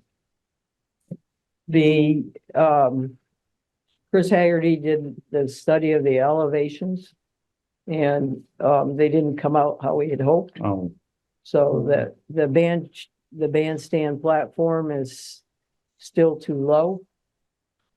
So our committee, we talked about it, and the town needs to have a discussion. What do we want to do with Volunteers Green? And I think this discussion has to happen fairly quickly. We need to have somebody like Keith Osborne from planning, Tyler Masha from the DRB, somebody from the select board, somebody from three parks, somebody from the recreation. We really need to have a roundtable discussion and somebody from planning commission to look at Volunteers Green and say, okay, do we want to spend $200,000 and put a playground there? So it's all of Volunteers Green, the footpaths, the rec wrap, the Yeah. river erosion, soccer fields, the Is there- bandstand, the parking lot, everything. Is there anything that we can do within the regulations or modifying the regulations that would allow us to get up to the platform and use plateau. the plateau? Area in front of the bandstand. Right. So one of Well, the items yeah. we've talked about, just to clarify, is potentially moving the playground up there, potentially remaining with the band shell or removing the band shell and putting a different structure up there. Because we've obviously seen all the damage that's been caused by the flooding on the playground, and it's continuous work to put it back there. And is that the best option? So like Fran's saying, the discussion has to be had amongst all of the parties, to decide, can we adjust the regulations? Can we get waivers for the regulations to be able to do that and be in a better position to not have such continued maintenance? Because up there on the plateau, it's more of, it's in the flood plain and not in the floodway. So it really hasn't flooded in any of these floods that we've had. And so it'd be in a much better position to have less continued maintenance. But again, we have to get all of the parties involved who kind of See if we can work it out. But if I can add to that, the idea of putting the playground up there was Pete Gosselin's idea. Yes. Yes, it was. And it's a, But he's tired of having to dig it out every 3-4 times. well, a it's year. a wonderful idea if we could make it work. Right. And the band shell, we had permission from the select board to get some engineers to study this band shell structure. They were waiting for the elevations. And why have them do some work if we are going to get rid of the band shell? And, or if we can't get rid of, if we can't use that, then we need to repair the band shell. And so that's part of the reason why, we can move forward on other things, but Volunteers Green, and, my heart was in Volunteers Green. But I'm trying to also be realistic, and when we have beautiful playground design, do we want to put it there? Of those two, I'd say the playground is a lot more functional and useful, generally useful Well, and, you know, against the band shell. But it's I- a specialty structure and, you know, I went on a field trip with the seniors on Friday up to the range. Wonderful trip, but that's not what I'm here for. But I came back to Volunteers Green where we carpool. It was a nice Friday afternoon or Thursday afternoon. That park was buzzing. Yep. And if there's a way we can keep it buzzing without losing it, would be wonderful. But I think it's going to take a big effort of more than our minds. To Well, there's so figure many it things out. to look at, building back with flood resiliency, moving things around. I mean, So I guess we're asking the select board to convene some sort of round table where we can have all the players that might be involved and see if we can figure something out. so are you asking us to convene this, or are you asking us I for think permission you- for you to convene this? Well, the decisions are gonna come from you. So you're asking us to convene a roundtable with all the parties and, okay, And well, and to some extent from Tyler. Tyler and Keith and Pete. Yeah. our professions. Because we can't move forward very far on. We don't want to propose something that then. That's dead in the You water. can't do that. Yeah. Yeah, that's gonna run into an obstacle. Not being a zoning expert, is it the case that if we don't modify the footprint or modify the bandstand in any extreme degree, it can stay there, but as soon as we start making significant changes to it, now it's an unpermitted structure? That's my understanding. Yeah, okay. But would adding ADA ramps be sufficient to trigger that, or would that be okay? Adding what? ADA ramps, Making it handicapped. That you can probably do. Okay. That helps the band shell, but you know, it it's, doesn't, I know it doesn't help the playground. Well, and then the question mark becomes, can you move, if you remove the playground from where it is and keep the same footprint and move it to a different spot, then you're still having the same overall flood impact footprint. So these are all the questions that kind of have to be narrowed out to determine if this is a possibility. and you know, whether you could, you know, I hear, well, you could take some fill from one place and put it in another, as long as you're not changing, you know, the total Net neutral fill. result is still the same, but can we do any of that? And, I wish I knew. and, you know, it gets, you know, when you talk to Tyler, it gets a little bit confusing, but he's looking at the rules with a fine tooth comb, but I think we need something bigger than that. You know, even fixing the ball fields or there's the restroom facility. What do we do with that? You can't even raise it up. So, Yeah. It is good to know that even submarines have toilets, so I don't know how they work, but they do. So I think what we're saying, this problem of Volunteers Green is bigger than us. Mhm. And it's really the town itself has to look at it. And so if we could convene something where we got all possible players at the table and see if So we it's a could task we figure can put on your something full out. plate. Yeah, it's such a great space and it's so big. Probably is. I don't know, do I have time to wrangle everybody for that? That's something you want me to take on?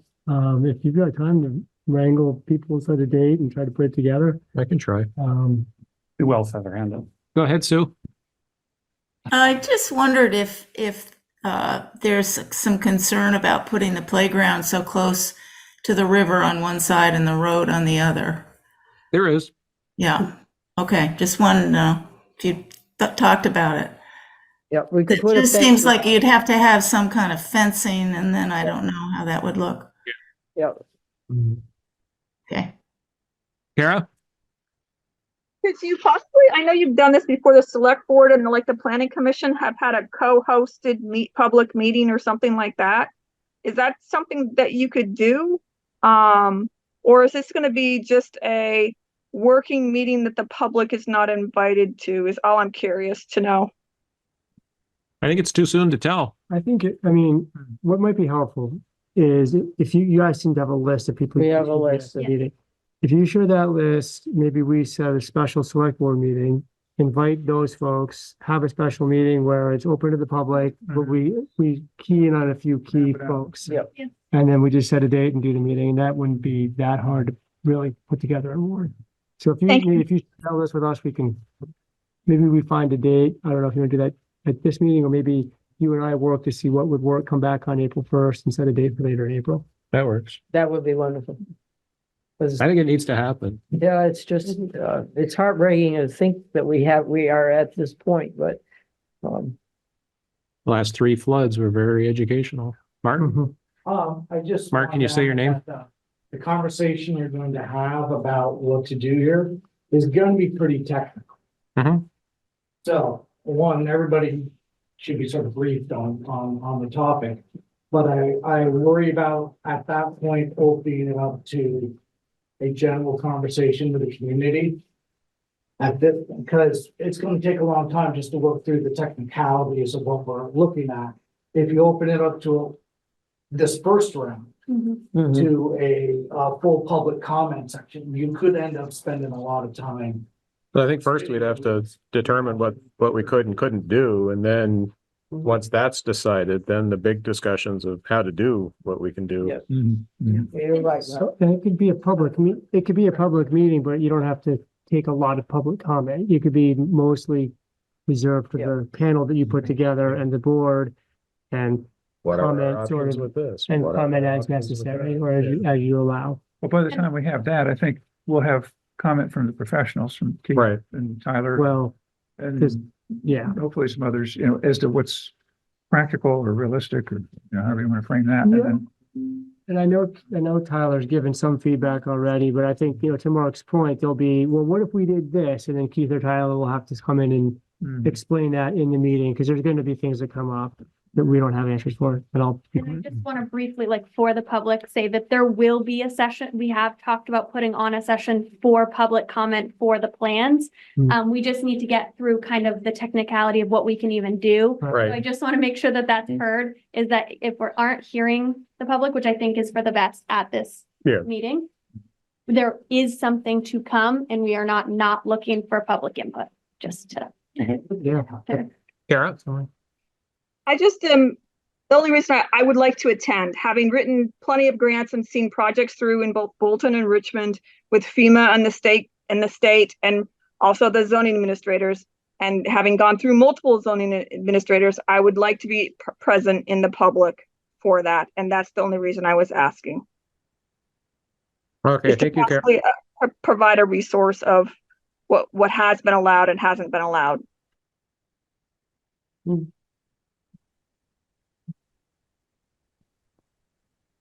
So we'll get you a list of people that we think, and you'll work on setting a date.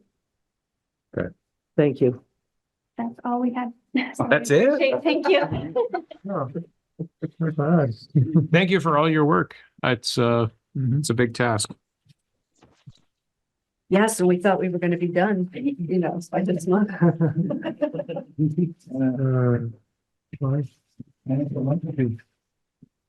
Challenge. Okay, moving on to I, discussion of next steps for the Town Center and Library Buildings Committee after the Town Center bond was not approved. So the Town Center and Library Buildings Committee is looking for direction from the Select Board regarding the next steps now that the bond vote has failed. Josh, did you just kind of want to walk us through this? Let's see, my notes. Yeah, sure. So we had a meeting of the committee 3 days after the bond vote failed on Thursday. And I think the consensus of that is the committee sort of is wondering kind of what does the Select Board want to be next? The ideas range from, do we look back at the architectural proposal, see what we can take out, go back out to a bond vote, or do we kind of go more piecemeal and try to prioritize items and start with,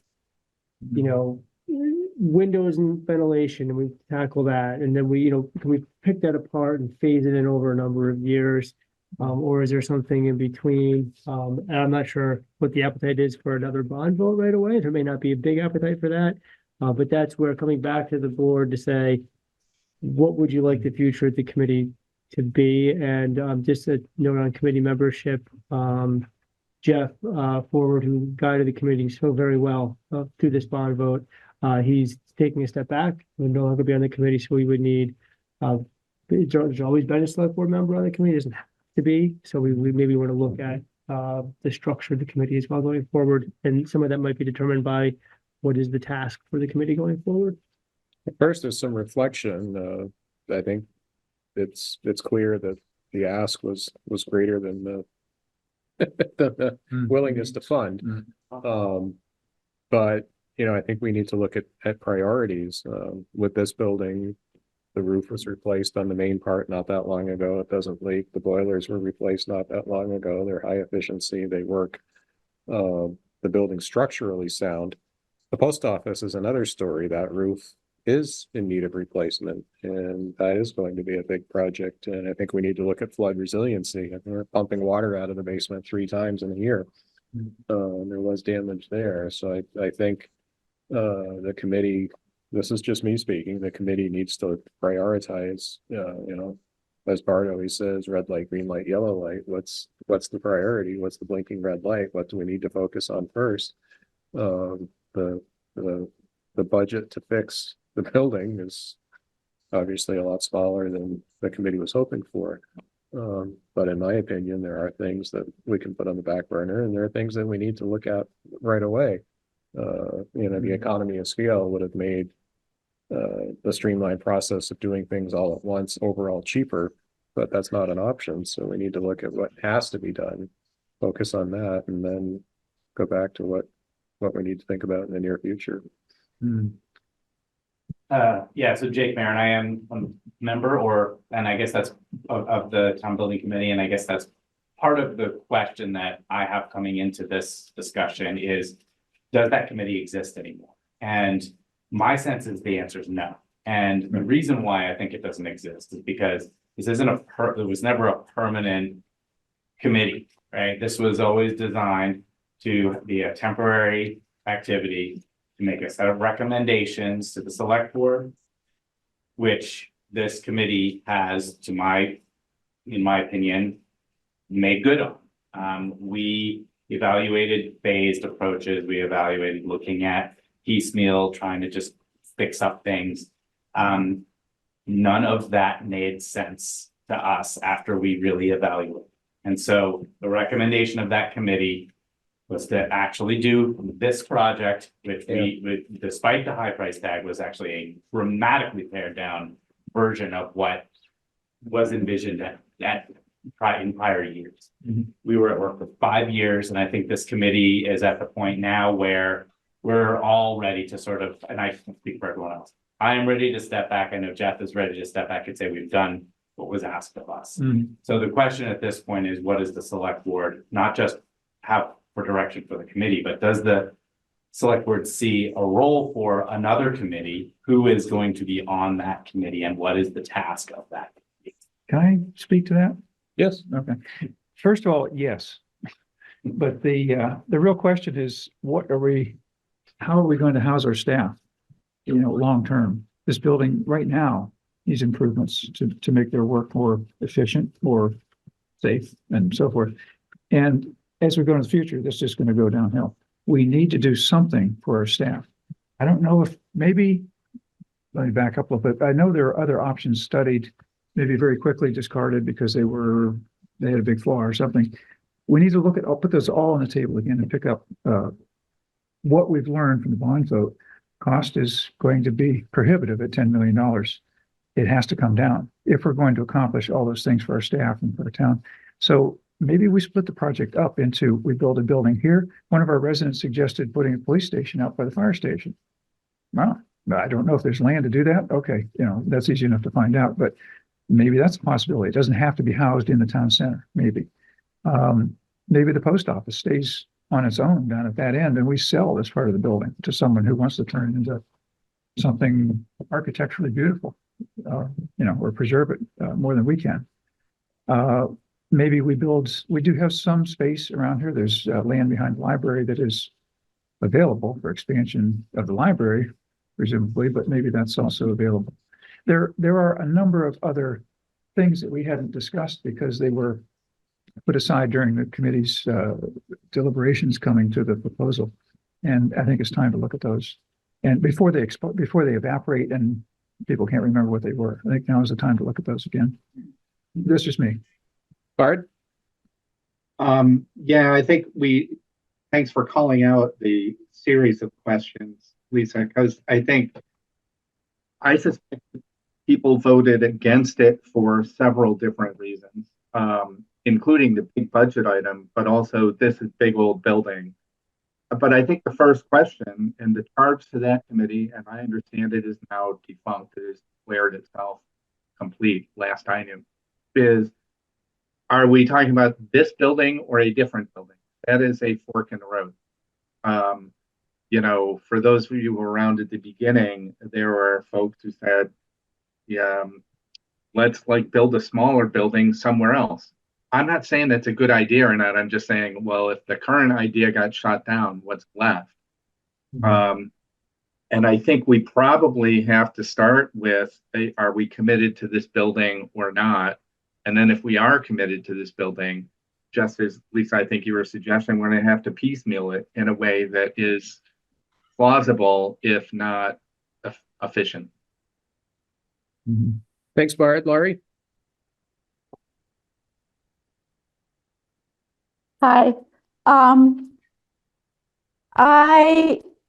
I wrote out all this stuff because I've been on the committee for 5 years, longer than I think Jeff and I were the original members left.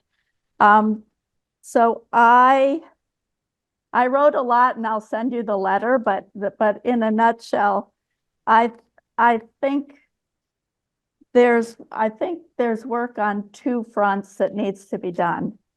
And that is to look at the building itself and talk about phasing things in and how it can be dealt with. I think there were questions that came up during the process that did not get looked at.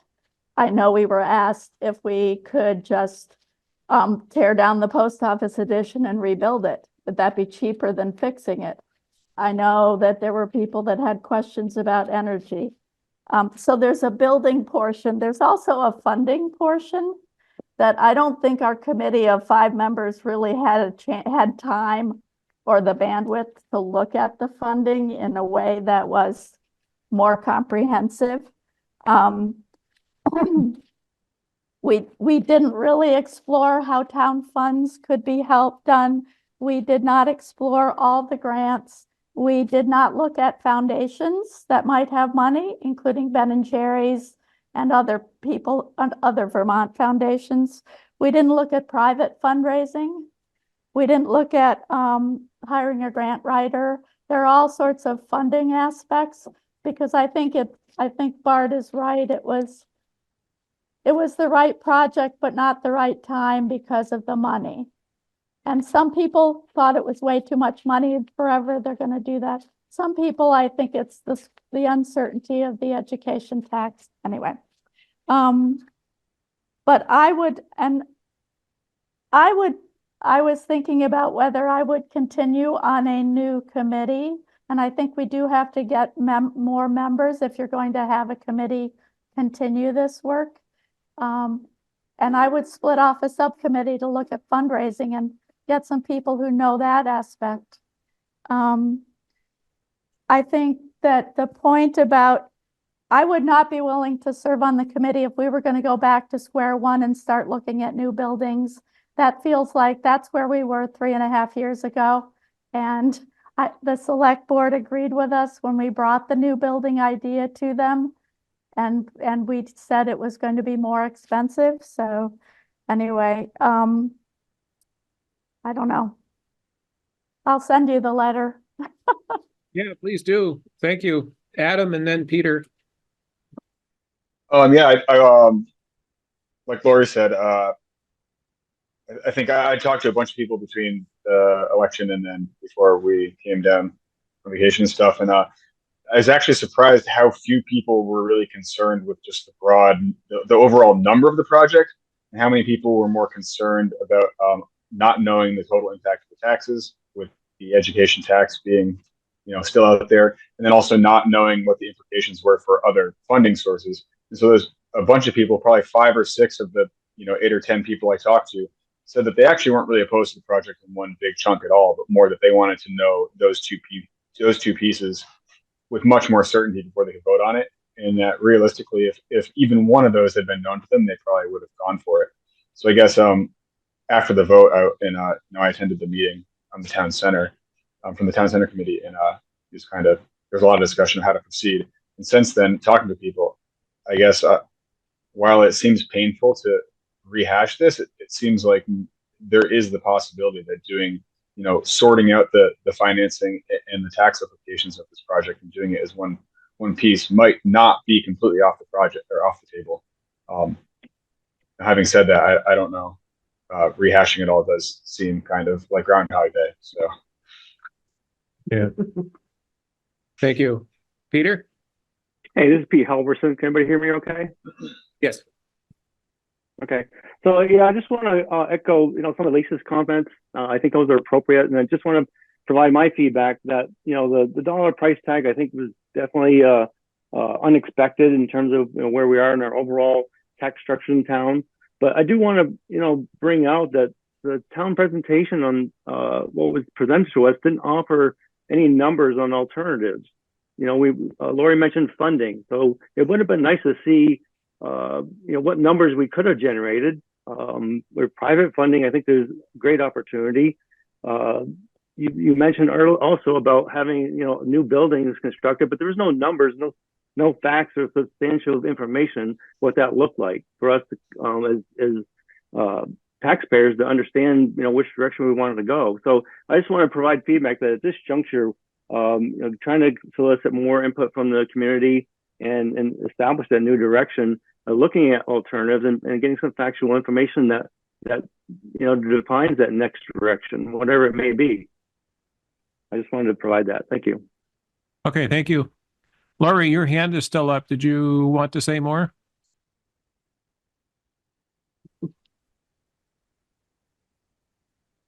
I'm guessing not. Getting the silent treatment. Anything else on the town center committee? Oh, hi, yes. Mike Storrs, I went to the building committee's meeting here last week, I guess it was, and I had some pretty extensive comments and questions to ask them. They asked me to write it up, and I sent a copy to Josh and asked him to pass it on to the members of the committee.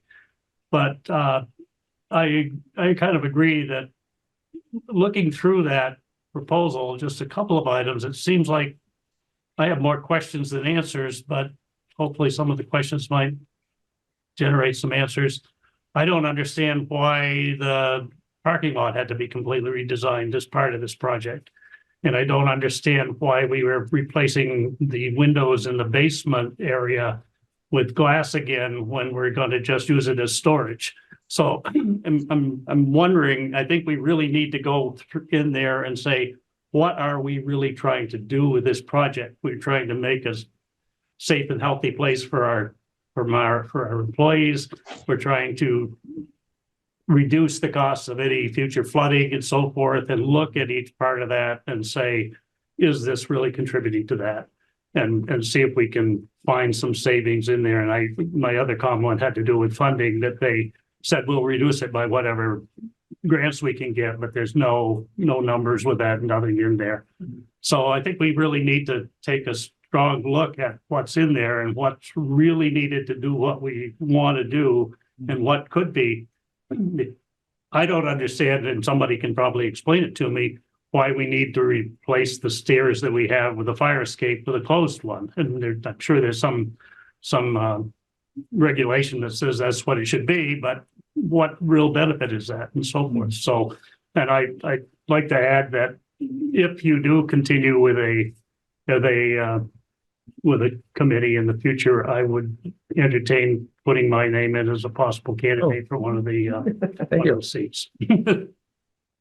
Jay? So I validate everybody who's got a great point so far. I would like to just mention, though, it's easy to Monday morning quarterback the work that the committee did. I do have the same question about the parking lot. I don't think the parking lot was, what was the parking lot's estimated cost? $400,000?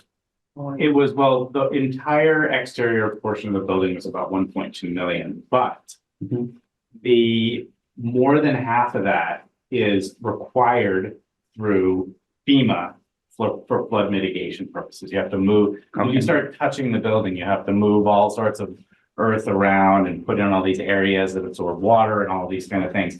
And so once you do that, you get a huge benefit on, you've torn it all up anyway. Yeah. It's like doing the parking lot and reconfiguring in a way that brings it together more safely with the libraries, you know, kids running across a parking lot and potentially getting hit. So there were a lot of safety things. And again, not to steal your thunder, Jay, but I 100% agree with you, right? And part of the frustration of being on the committee is that I have an answer to every one of these questions. The problem is it's very difficult to convey, you know, the complexities of work that's done over a 5-year period of like, what was considered and why did you land here and why do this? And why is that included? Why cover those stairs? And all of these things were incredibly well vetted and thought through. And the committee was constantly looking at what can we cut? What can we cut? And so that's why it is a little bit difficult to know where to go from here, because everything that we've talked about sounds from where I sit like going backwards. We already did these things. So then the question becomes, how do we better communicate? In my mind, how do we better communicate the answers to these questions, right? The meeting that happened on the Thursday after the vote, there were more people attended that meeting than the entirety of the 5 years all added together in terms of attendance, right? And so there's a part of me that wonders, was this a necessary step to get the attention of folks like this gentleman who really has now thought a lot about this, right? Like, which is wonderful, right? He came and brought all this incredibly great feedback to the committee. Yes, we can answer those questions. And if you sat on the committee, you'd know them as well. Yeah. But the point being, I think that it's really, how do you get that information out? The vote wasn't, considering how much of an ask that was, the vote wasn't actually that far from passing. It was about 115, 120 votes off. So to continue, it turns out, like I was saying about the parking lot, there is a reason. And for me, you know, if we're listing things that we each think, well, we really got to do this, this fire escape and sprinklers are my #1 priority because of just simple safety. There is a reason for covering the fire escape. I'm not going to go into it because you could probably do a better job. But I worry that, as I mentioned at that meeting of the town center committee the other night, if some fire does make the stairwell here inaccessible, there's really not a good way out of here, and there's nothing to put the fire out. I mean, we've got a fire. Where are the fire extinguishers? There's one right there. That's not going to settle the whole floor. Sprinklers are not a luxury, in my opinion. No. And so, you know, each one of us has a thing we really would have liked to have seen. The trick, I guess, would have been to somehow schedule the vote at a time when we hadn't just done a reappraisal and people were not confused as heck about the school funding. I think any other time we held that vote, it would have passed. In fact, I actually left the meeting that day thinking it was going to pass because you guys did do a great amount of work. The last thing I would say, though, is I think sometimes too much information was given because people felt overwhelmed.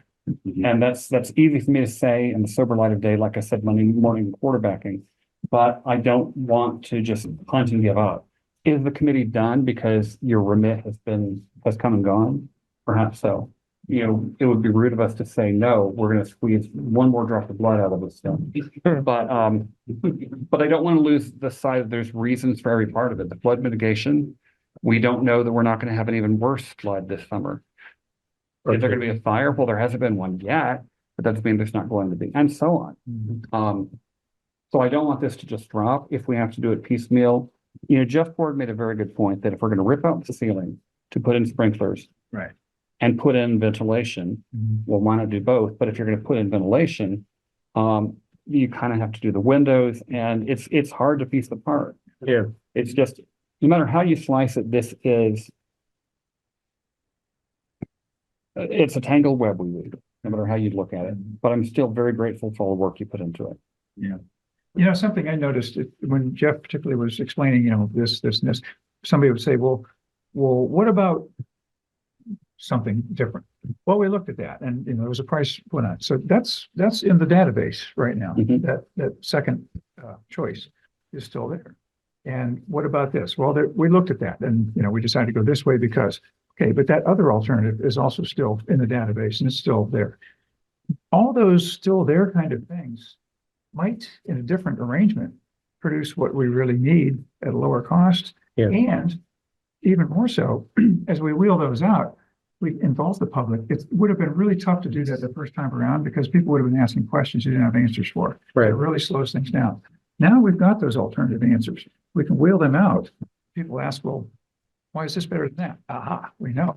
And we might be able to come to a different arrangement or come back to the same configuration as we did the first time, but with a lot of public knowledge being gained during that process and public participation, I guess is what I'm saying.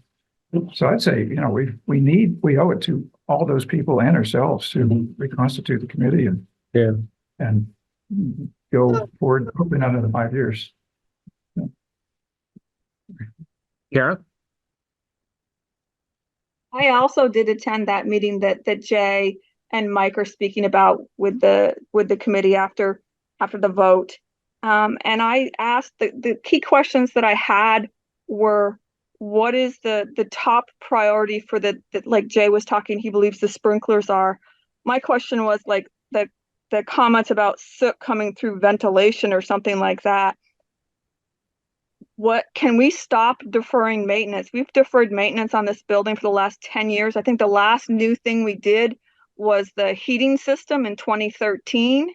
Can we stop deferring maintenance? We're collecting I think Josh had said $125,000 a year on revenues on the building. Can we start using those revenues and some of the saved money and start the emergency deferred maintenance projects ASAP? I mean, I think that's the mission of the committee is to determine what's the biggest health risk to the public for maybe the vents need to be cleaned or something like that. I just asked you they didn't have the list off the top of their head, off their list from the committee. That's what I'm seeing is, just like Jay said, what is the biggest safety issue that needs to be addressed right away and stop deferring? Even though the committee will work on all the other things like Lisa's saying, what's the top 3 things and how much are they going to cost us? And I know Jay says when you start one, you can't start the other. Bard was a prime example at the last select board meeting where he was talking about, he sided one side of his house and did the windows one year and another side another year. And sometimes we just have to do that. But if we've deferred maintenance for 10 years, we should be ready to do some work. Thank you. I appreciate everybody's work on this, but I don't think it should go back up for a vote. I think we should start addressing some of these issues. Thank you, Kara. Go ahead. Another comment that I'd just like to say that I think the committee did a tremendous job and worked very hard in getting their message out to the community, that they were at Friday Food Affairs, they had numerous tours of the building and so forth. But I mentioned to Jeff after we went through the building down there and said, you know, you've got this brochure with all these nice pictures of it. Maybe you should have put some of the pictures of the basement areas that we have now. And so I think maybe the message should be, why do we need to do this, rather than what a wonderful building we would have once it's done. And I think that might have been more effective, but. Thank you. And actually, you know, to Kara's point about maintenance, this building's got some old systems. Yeah, it does. And the windows, among other things, that's a system, I guess you call it, but it is. It's contributing to a huge heating bill. Yeah. And, you know, that's the solution. Fix the windows. Well, now what? You know, why put $1 million into the building and still have the same everything else except those? So, yeah, it's very intertwined, and it's a difficult thing to describe to people who haven't been involved in it, I think. And maybe that's one of the things we have to pay a lot of attention to, is the voters need to really own this. And I heard, I think somewhere that there was an energy audit of the building upcoming at some point, and the other thing, you know, we all knows that windows that you can feel the wind coming through are a bad idea, but can we put numbers with that? Can we say if we put new windows in here, we can save this much on energy that would take away from some of the other? We don't have those numbers. Hopefully, maybe some of the energy audit might help with some of that. Last estimate I saw on the windows was $5,000 a window. We have 47 windows, I think. 77 windows. Like 7. a lot. Yeah. I'm not going to say that we're diligently spending a lot of money maintaining this building. Clearly, the building has had deferred maintenance, but we are putting money in it. My time on the board, we've put a new roof on. That was expensive. We redid the parking lot. We put new boilers in. We fixed the leaks in the portico. The post office got a new HVAC system. So we have been putting money in the building. Arguably not as much as needed, but Yeah. well, I think we should still have a committee. The work that was done was not done in vain. We did get a great product, a great proposal. The bond to fund it didn't go through, but that doesn't mean that all the work putting the proposal together is gone. There's a lot of work there. A lot of questions have been answered. Question is, what do we do now? Do we just catch our breath for a few months and then pick it up? Do we reconstitute a committee now? Do we, what, I mean, I don't know. I think sooner than later is better.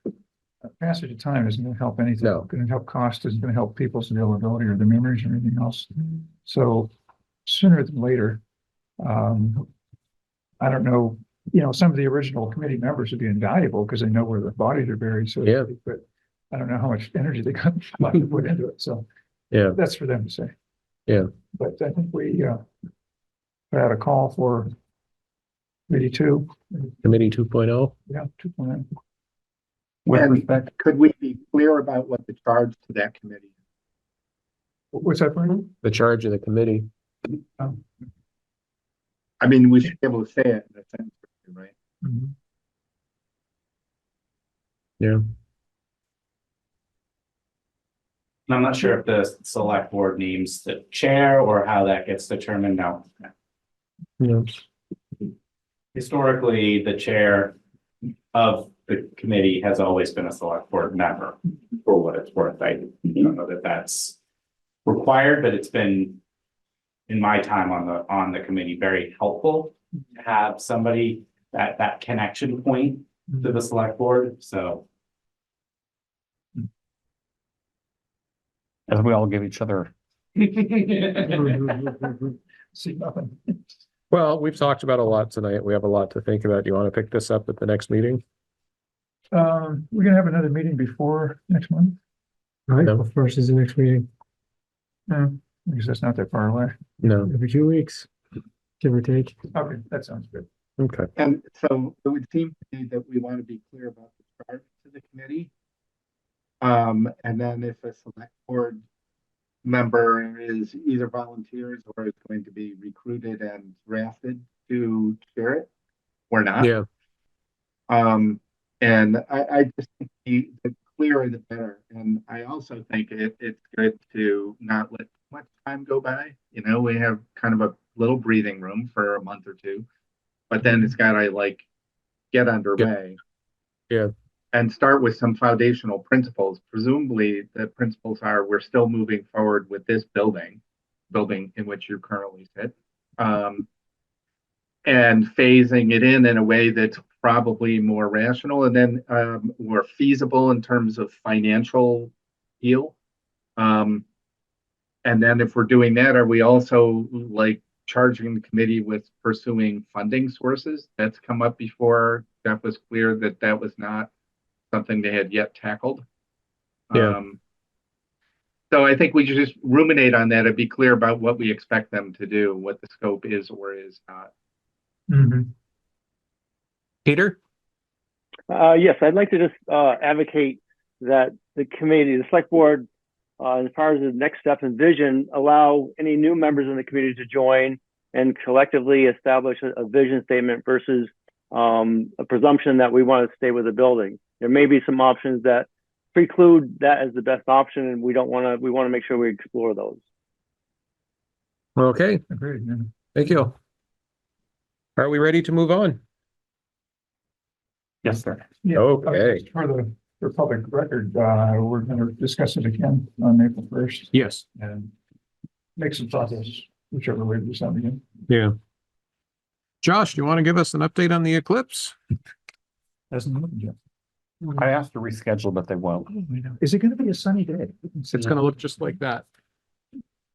At eclipse time? Yes. It happens. Yeah, so Eclipse is going to be happening on Monday, April 8th. Reach totality at about 3:26 p.m. and last for about 4 minutes until 3:29 p.m.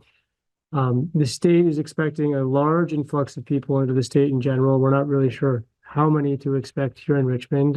We have met as staff to kind of strategize a bit. We think that the biggest influx of people will probably be over at Volunteers Green, being a big wide open space with decent amount of parking in it and around it. So Pete and I are going to be keeping an eye on the green because it's sort of a coin flip as to whether or not the park road and parking will be open at that time of year because it is a little bit early. Way the weather's trending right now, it'll probably be open, but we'll take a look to make sure that we're not going to put a bunch of cars down there and then ruin the parking. Well, right, or like because you park sort of on the grass off the road and it could get muddy and maybe towing. We're going to have a police officer stationed there for the afternoon to make sure that if there's any parking issues or people getting unruly, we have somebody right there to respond. I've also created a web page on the website that refers people to the timing of the Eclipse, directs them more to Volunteers Green than anywhere else. Because we also had some concern about trails in Richmond. Reach out to Trails Committee and Andrews Community Forest Committee. They don't really put signs up for opening or closing trails. It's more of a respect the trails when they're muddy, stay off of them type of thing. So I think if we kind of hopefully limit that to people that are more local users, rather than trying to really promote, go on these trails. Also, a lot of trails don't really lead to wide open vistas where you're going to have a great view. So I think people really will congregate towards open spaces. For what it's worth, the one call I've gotten so far from a person from New Hampshire said, "Hey, that park looks really nice." It is. They're focused in on open spaces. So I think try to like not really promote trails, trailheads so much. Also on here, give a map for parking so people can know where to park. And I imagine it'll fill up in the downtown quicker and then you'll go to shining areas. A note to be respectful of private property, don't trespass. We also have some Eclipse glasses. The school is handing out glasses to all students and staff prior to the Eclipse. There's a limited number of available glasses at the Richmond Free Library. They have an event on March 23rd. They'll be handing out glasses there. Anything left over, they'll hand out on a first come, first served basis. And we have an allotment here at the town center that Linda, our town clerk, will start handing out on Monday, April 1st. So about a week prior to the Eclipse. And glasses are also available. I saw some for sale at the Lucky Spot the other day. So I think there are some available out there online as well as in some local businesses. One other thing, at the next select board meeting, we might have a request to close Esplanade Street because they're right next to Volunteers Green and they end up getting a lot of extra traffic and people parking illegally during the 4th of July. So I'm talking with one resident over there. They might want to have a closure. They'll come at the next meeting. And then I've also worked with our chief to make sure we have at least one other officer on patrol in general in the town. So if there's any other congestion or large gathering that needs to be policed, we can be there for that.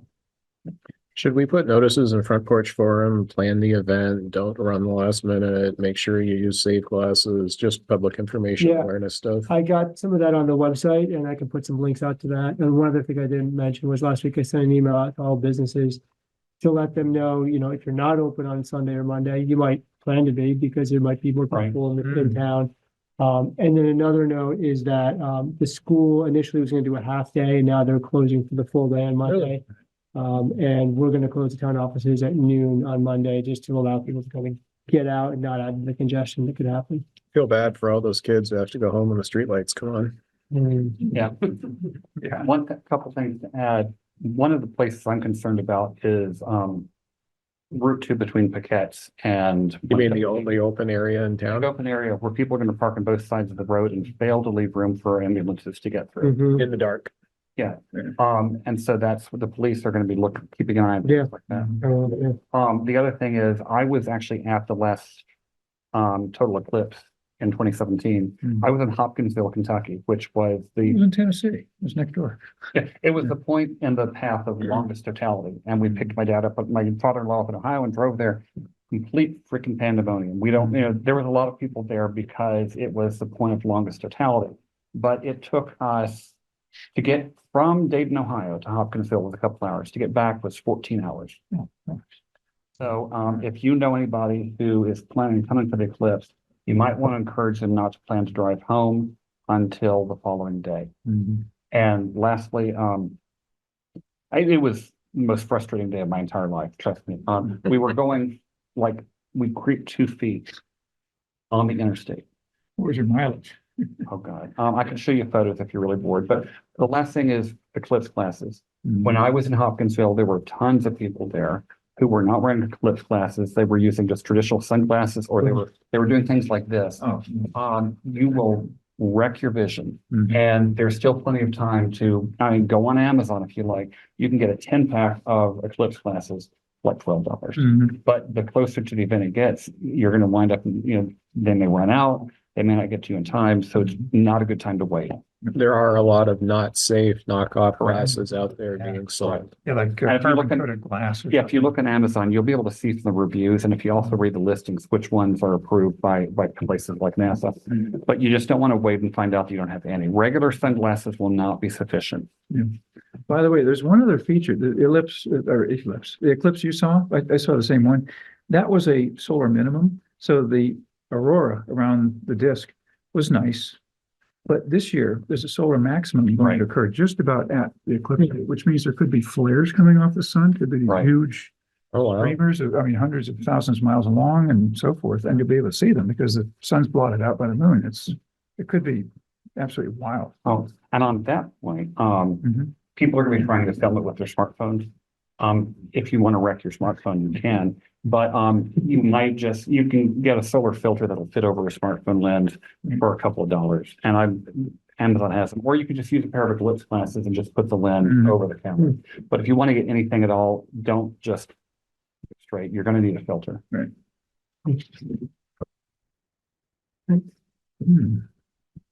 Well, thank you, everybody. Okay, next, consideration of setting a date to amend the municipal park ordinance.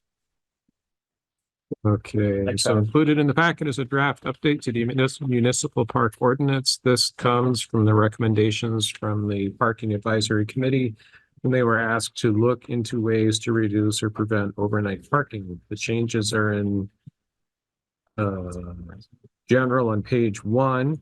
Section 4, recreational activities, subsection B1 on page 2, and addition of second map and attachment A. The board would like to move forward with a hearing on this ordinance. The earliest date that could be set is Monday, April 15th, tax day, based on notice requirements. If adopted on April 15th, the ordinance would become effective 60 days later on June 14th. If a petition is brought within 44 days of April 15th, then the process is halted and will have to go to the voters for a vote. So can I have a motion to set the hearing date? Well, actually, go ahead, Bard. I could do this after the motion, but it's semantics. Interestingly, based on the history here, Browns Court is referred to several locations as the Browns Court ball field. That illustrates, I think, its history as a baseball field. And I'm going to suggest if we're not thinking of it as baseball field anymore, we should change the name from ball field to recreation field. Browns Court Recreation Field. And you call it park, just like you call the other ones, like Overrocker Park was named? Sure. On a related note, we had talked about having a special meeting of the select board to for the three parks committee to basically get all the experts together. And I may be hardly misremembering, but I think one of the dates we tossed out was having it on the second the second Monday, or wait, the third, I don't think. on the off Monday. It could be, yeah. So wait, the 15th, we're proposing doing this as a regular meeting, never mind. Yeah, If we did that, we were talking about having it on an off week, right? I would think so, yeah. Okay, so like the 8th or the 20th, okay. Or a Tuesday or So something. yeah, the 15th, just not gonna be a long hearing anyway, so, I would imagine not. okay.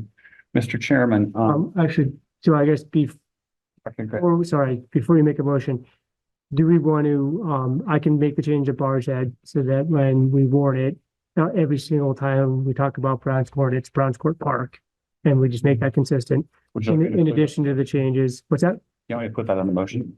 No, you know what? I guess you don't have to. You We're can say just we setting warn the the date. hearing and then I'll do the changes that we have here plus Bard's and we'll be good. Okay, Mr. Chairman, I move to set a hearing date of Monday, April 15th, 2024, at 7 PM to consider amendments to the municipal park ordinance. Thank you, Jay. Do we have a second? I'll second. Thank you, Lisa. Motion made by Jay, seconded by Lisa to set the date of Monday, April 15th, 2024 at 7 PM to consider amendments to the municipal park ordinance. Any further discussion? Hearing none, calling the motion to a vote. Jay, aye. Lisa, I. Bard, aye. Adam, I. And David, I. We have a date. Thank you. Moving on. Consideration of approval of applying for the Class 2 roadway grant and structures grant, approval of certification of compliance, and approval of the TA60 annual financial plan. So these are two state grants that we apply for every year. The structures grant is to replace a failing and undersized culvert on Stage Road. The paving grant is for 2 miles of paving on Huntington Road from Pine Tree Lane to the Huntington Town line. There is a 20% town match for both of these grants. If awarded, the paving match would come out of the highway retreatment budget line, and the structures match would come out of the bridge and culvert replacement fund. Both grant applications are included in the packet. Along with these grants, the select board needs to sign off on a TA60 form, which certifies that the town raises at least $300 per mile of roads in town, and the certification of compliance for town road and bridge standards. Both documents are provided in the packet for review. Any questions before asking for a motion? Seems like the town match was about $66,632. I mean, if it comes out at what's projected. Yeah, I think was that for the paving or for the structure? That's for the paving. Yeah. And this is something that it's going to get paved in our annual budget anyway, at some point. So this really is, and Pete's got a really great plan where I think 6 or 7 years, he repaves every road. Yeah. So this is really looked at as sort of found money. I think we got the grant a couple of years ago. And it really just helps us save on the budget and maybe do a little bit more in a certain year. Does that include any work where it washed out last summer? No, this would be, Lane for a while. yeah, well, so this would be just for the repaving. Okay. Okay, that's, doesn't. Yeah, and actually that is already on his plan for I think this coming fiscal year on that part in particular. But yeah, he did all the subsurface work already to get it back up, and now we just need to repave. It's a great job. I mean, it looked permanent to me, so it's working. You've done a good job. Yeah. Yeah. Wow. Let's see what Mother Nature thinks. We ready for a motion? Oh, Mr. Chairman, Line 330. beg pardon? Line 330. I'm on this. Oh. Regarding the approval for applying for Class 2 roadway grant structures grant, I move that we do that. And I guess we approve the certification of compliance. Is that appropriate? Yeah, the motion would be to move to approve Form TA60, the certificate of compliance for the town road and bridge standards, and to apply for the structures and highway grants, and to name Pete Goslin as the grant program administrator. Okay, I'll incorporate all of what you just said in the motion. Okay. Thank you. Do we have a second? Bueller? Adam, now's your chance. Bueller? I second. Okay, motion made by Lisa Miller, seconded by Adam Wood. Any further discussion before calling the motion to a vote? Hearing none, seeing none, calling the motion to a vote. Jay, aye. Lisa, I. Howard, aye. Adam, I. And David, I. Motion carries. Thank you. Discussion of painting fog lines in the fiscal year 24 that are budgeted for fiscal year 25. There was quite a bit of discussion about this a few months ago. The fiscal year 25 budget calls for fog lines. These are the white lines on the right side of the road to be painted on Heinsberg Road, Huntington Road, Cochran Road, and East Hill Road. The estimated cost is about $22,000 to $28,000. Select Board Chair Jay Furr is asked to explore the possibility of putting the fog lines in place as soon as possible this spring, which would be in May. However, these funds are not available until July 1st, as they were allocated for the next fiscal year. If the board would like to go ahead with the fog line painting this spring, we could overspend the current line striping budget or utilize ARPA funds. Currently, highway is projected to be underspent on salt and sand due to the mild winter, so there would be some money available in the fiscal year 24 budget. Of course, not counting the outlay of funds for road repair due to the July flooding, which will be mostly paid back eventually. Another thought is to use ARPA funds. A spreadsheet of ARPA commitments is included in the packet. So my big pet peeve on these is I see the state painting the lines in October. And then all winter long, the plows scrape them. And then in the spring, when it's dark and foggy and raining, old guys like me can't see where they're going.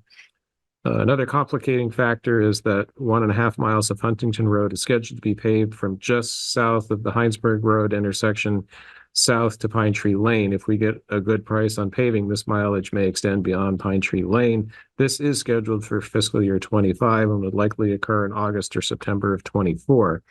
This complicates fog line painting because we may not want to paint fog lines on this section of Huntington Road, knowing that it will be paved over later in the summer and not be repainted until spring when all fog lines would be repainted. So we have a few options. We can move ahead with all the line striping in May, keeping Huntington Road on paving schedule for late summer and spend about $2,500 to repaint this paved section immediately after it's paved. We could move ahead with all the line striping in May, keep Huntington Road on the paving schedule for late summer and do not repaint fog lines on Huntington Road until next spring when all the fog lines will be repainted. We could paint the fog lines in May and just skip the section of Huntington Road that will be paved this summer. Then decide if we want to paint the fog lines immediately after paving in late summer or wait until spring. Or we could move the Huntington Road paving to fiscal year 24, so it will be completed by the end of June 2024, and then delay the fog line painting until after the paving is completed, which would be after July 1st, putting it in the next fiscal year. This would also keep the fog line painting in the fiscal year 25 budget. I'm up for air. Jay. So, when we were talking about the budget last fall, and we decided to budget for fog lines, we knew at the time that we're basically budgeting for the 2025 fog lines because the money is not, we can't spend 2025 money before fiscal year 2025. And at the time we said, you know, we could, if we want the fog lines sooner, we could overspend a highway line, or we could use it. I don't think we said ARPA at the time, but ARPA actually seems fairly logical. Right. So, for those people watching at home and going, well, why fog line? Fog lines are a demonstrably effective way of slowing vehicles. People tend to drive slower, like 20% slower on a narrower road, and the fog lines basically give the visual impression of a narrower road. It also has the advantage of giving pedestrians and cyclists and so forth an actual marked shoulder, instead of having to dive off into the weeds because somebody says you're in my lane. So I think it's well worth doing. I believe, you know, as was pointed out in the packet, there is the ARPA expenditure list in the packet. We have enough money that's not encumbered to pay $22,000 to $28,000. And if we go back to the original ARPA survey, pedestrian safety, bicyclist safety, road safety was a very popular suggestion on the town ARPA survey. So I think this would be a very legitimate use of ARPA money. I know there will come a point where we have to say, okay, we spent all the ARPA money, but we're not quite there yet. As far as what to do about Huntington Road, like our chairman said, we can do all the line striping, pave right over it, and then repaint the paved section. We can do the line striping, pave Huntington Road, and then just leave that section of Huntington Road on fog line until the spring. We can paint all the fog lines and maybe skip the section of Huntington Road, or move the Huntington Road paving to fiscal year 24 so it can be taken care of now. Option 3 is the one I would probably go with, the one that says paint the fog lines in May and just skip a section. A mile and a half of Huntington Road unstriped is not going to be the end of the world, and it's probably the cheapest option. Instead of having to move the Huntington Road paving up into fiscal year 24 or repainting sections of it, but that's just my 2 cents. That section of Huntington Road is not striped now, correct? Correct. I was thinking option 3 too, but if there's no striping at all. Oh, it hasn't been striped. Yeah, well, that's the same as it was. Yeah, when it's repaved, of course, they were doing the striping period, but we I still agree, stripe- option 3. Yeah. We'd still do the center line. Oh, right, yeah. But we wouldn't This is just- stripe. Yeah. Right. Yeah, and the center line on that road, I think, is done by the state, so that gets done kind of whenever the state gets to us in the summer. They do. And usually they'll wait, if they know we're paving it, they'll wait until later, which is your fall line striping, which you don't like. But it's about the paving schedule a lot of times. Yeah. All right. Yeah, I like option 3. Okay. Adam, you have any thought? There we go. Oh yeah, I also think option 3 seems prudent. We should get the line striping done, but we should not waste the money on that section if we can avoid it.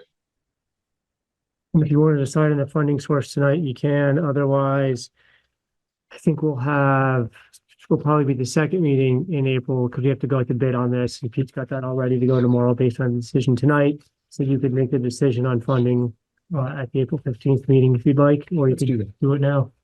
I would suggest we use ARPA money. Does anybody not want to use ARPA money? Not to take over the chair's job. There's not enough to buy a town center with, so it's used for something else.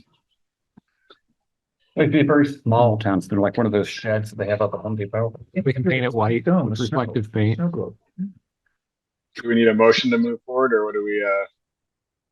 If you want to use ARPA funds, I would need a motion well, you know what, maybe just even wait till the bids come in. Because we won't know exactly how much it is, so a motion right now without an exact amount isn't going to be helpful. So April 15th, that's cool. April 15th, we'll have bids and we'll let you know then. Kara? You know, I'm always supported you putting lines on the road. Thank you, thank you, thank you. My question is if you use the ARPA money, does that mean the next spring that you might be able to do any more roads with what's in the budget for 2025? So you can continue to improve all of your roads with striping? Is that a potential? I think the plan would be to then restripe every year because they're going to get worn down. Well, I guess that's my point, is you could do something again, you do something this spring with ARPA money, and next spring you've already got it built into the budget and you can go ahead and use those funds for next spring too, correct? But next spring we would need to repaint over the lines that we paint this spring is part of my. But I think Kara's point is the money that we were budgeting to do that this year, we take the money and do That more would be, next but that would be, no, because that'll be FY25 then. So if we're gonna maintain the lines, we would use the money that's in FY25 to repaint them next spring, and then that money then. Right. Good. No, I'm applauding you. Yes, that means you're still going to spend the 25 money, but you're going to do it in the spring of 2025. Thank you. Yes, thank you. On the same roads though, we. That's okay. That's okay. Repainting, as long as you're going to do it. Thank you. I appreciate that. Thank you. Yes. Bard? This might not be the right time to raise this, but looking at the ARPA commitment table, based, on our earlier conversation today, there's probably a future agenda item to bring back for the ARPA spending plan with not only the sort of committed, but the actual committed dollars, like executed contracts were actually spent. I'm struck that as we're into this year and then looking at deadlines for commitment, that we probably want to be looking at that. There will be this item but there's the conceptual commitment and then the actual commitment, if that makes sense. It does. Are we ready to move on? Yeah. Review of local emergency operation plan 2024 update. Sure. Second, Hard to tell what changed. yeah, well, not a lot. Yeah, well, that's good. That's a good thing. Sure, I missed where we were at here. Sorry, I'm trying to make some timestamps, and I sort of am estimating one here. All right. So every year we have to update the local emergency operations plan. And a lot of times it's pretty just standard stuff where a lot of the things don't really stay the same, or really, let me try it all over again. A lot of things sort of stay the same from year to year. Last year, we focused in on the shelters. We actually had a survey of the shelters by the Red Cross.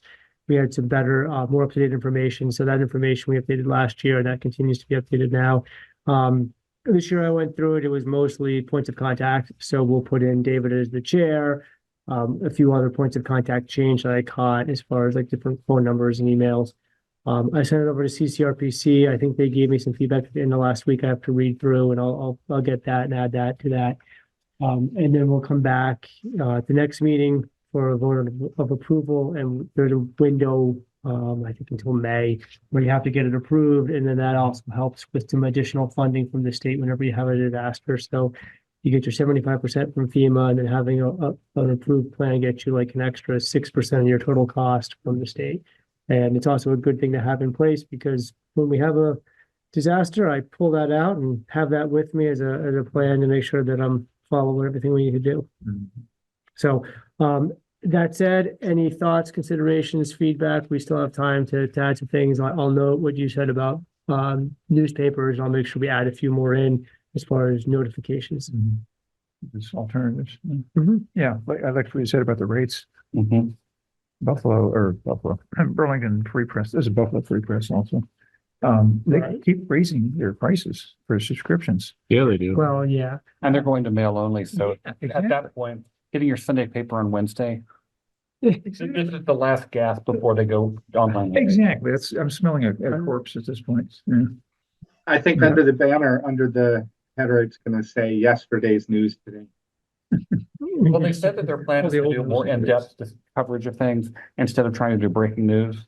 But they said you're not coming to us for breaking news right now anyway. Yeah, on TV or something. But anyway, 7 days does a pretty good job. NBT do. Yeah, there's a few. Anyway, they've got some competition, but I think for the emergency plan, I'll update that as other avenues in which to get the word out about emergencies.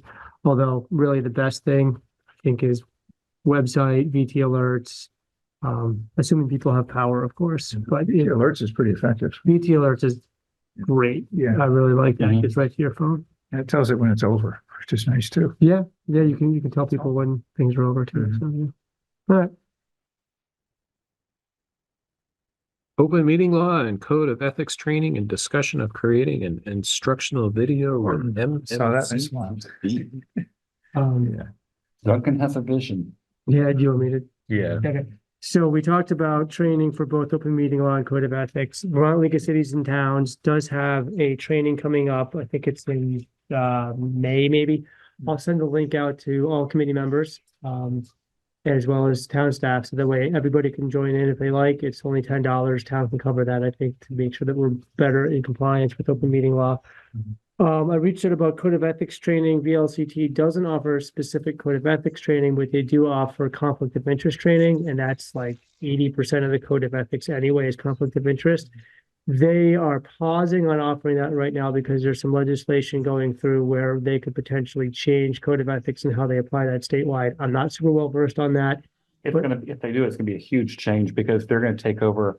Towns won't have their own ethics policy. There's going to be a state ethics commission and they're going to control it. And the reason for that is because some towns go ethics schmesheks. And like little towns up on the Northeast Kingdom, population 200, what do we need with an ethics policy? And so the state's trying to make sure that it's across the board. There is ethics training. You sign off on it, you know what you're doing, and they're not leaving it up to towns to do whatever. So if that comes to fruition, then VLCT would change their training and they would come to us with the new training based on the new state law. If that doesn't come to fruition, then we can work with them on a conflict of interest training where they would tailor it to come to Richmond and talk to Richmond specific folks. I don't know if they would go to our code of ethics, but they would, do a small group training as it were for just Richmond. And, one of the things we could obviously do is invite the chairs of all the various committees. Yes. Yeah, exactly. And record it. But, not only Yes. that, the thing that Duncan's thinking about is, create an instructional video within a CTV that we would just have. Exactly. And I think, did he say he's got it like all scripted out? I don't know if he had it scripted out, but I think what he was saying was that the one that he and Bard did to discuss social appropriations at town meeting, that he got a lot of positive feedback that people actually watched it. It made sense. They were well informed. So he thought, well, we could do the same thing here with code of ethics and open meeting law. But with some role playing to Yeah. say, this is what not to do. See that thing Jay Fur did? Don't do that. I find those a lot more interesting than just, reading them. Oh, first of all. absolutely. Yeah. Listening to somebody read it. It's, Yep. put yourselves in those places. Couple of thoughts there. All right, we'll make it so. Make it so. Approval. Approval of minutes, warrants, and purchase orders. Can I? Mr. Chairman, I move that we approve the minutes of March 4th. I second. Thank you. Anybody have any suggestions for corrections or edits on those minutes? It was a blessedly short meeting. Everything, not easy. Okay, calling the motion to a vote. This is a motion to approve the draft minutes of the March 4th meeting. Jay, aye. Lisa, aye. Bard, aye. Adam, I. David, I. Yeah. And Orders next. two purchase orders, 4861 and 3. Yeah, sorry. There's 3. So we have 4859 to VHB. This is for the engineering of the northern section of the Oh, I did see sidewalk. that. So this is from Jolena Court up to essentially the Big Spruce. And it's for $49,493. Why does it cost so much to design a 5-foot wide concrete sidewalk? Oh, I should invite you to every meeting with every budding landowner and easements and parking concerns. There's lots. Wow. I spent an hour today with the bank. There's lots to go through on this. Yeah. I just don't get it. Oh, there's a lot. I'll entertain a motion to approve it. Well, so moved. Is it good enough? Yeah, thank you, Lisa. Do we have a second? Second. Thank you, Jay. So this is a motion to approve purchase order 4859 and an amount not to exceed $49,493 for engineering and final design for the Bridge Street sidewalk northern section. Any discussion before calling the motion to a vote? Hearing none, calling the motion to a vote. So this is a motion to approve purchase order 4859. Jay, aye. Lisa, aye. Bard, aye. Adam, I. And David, I. Now the two police purchase orders. The first purchase order 4861.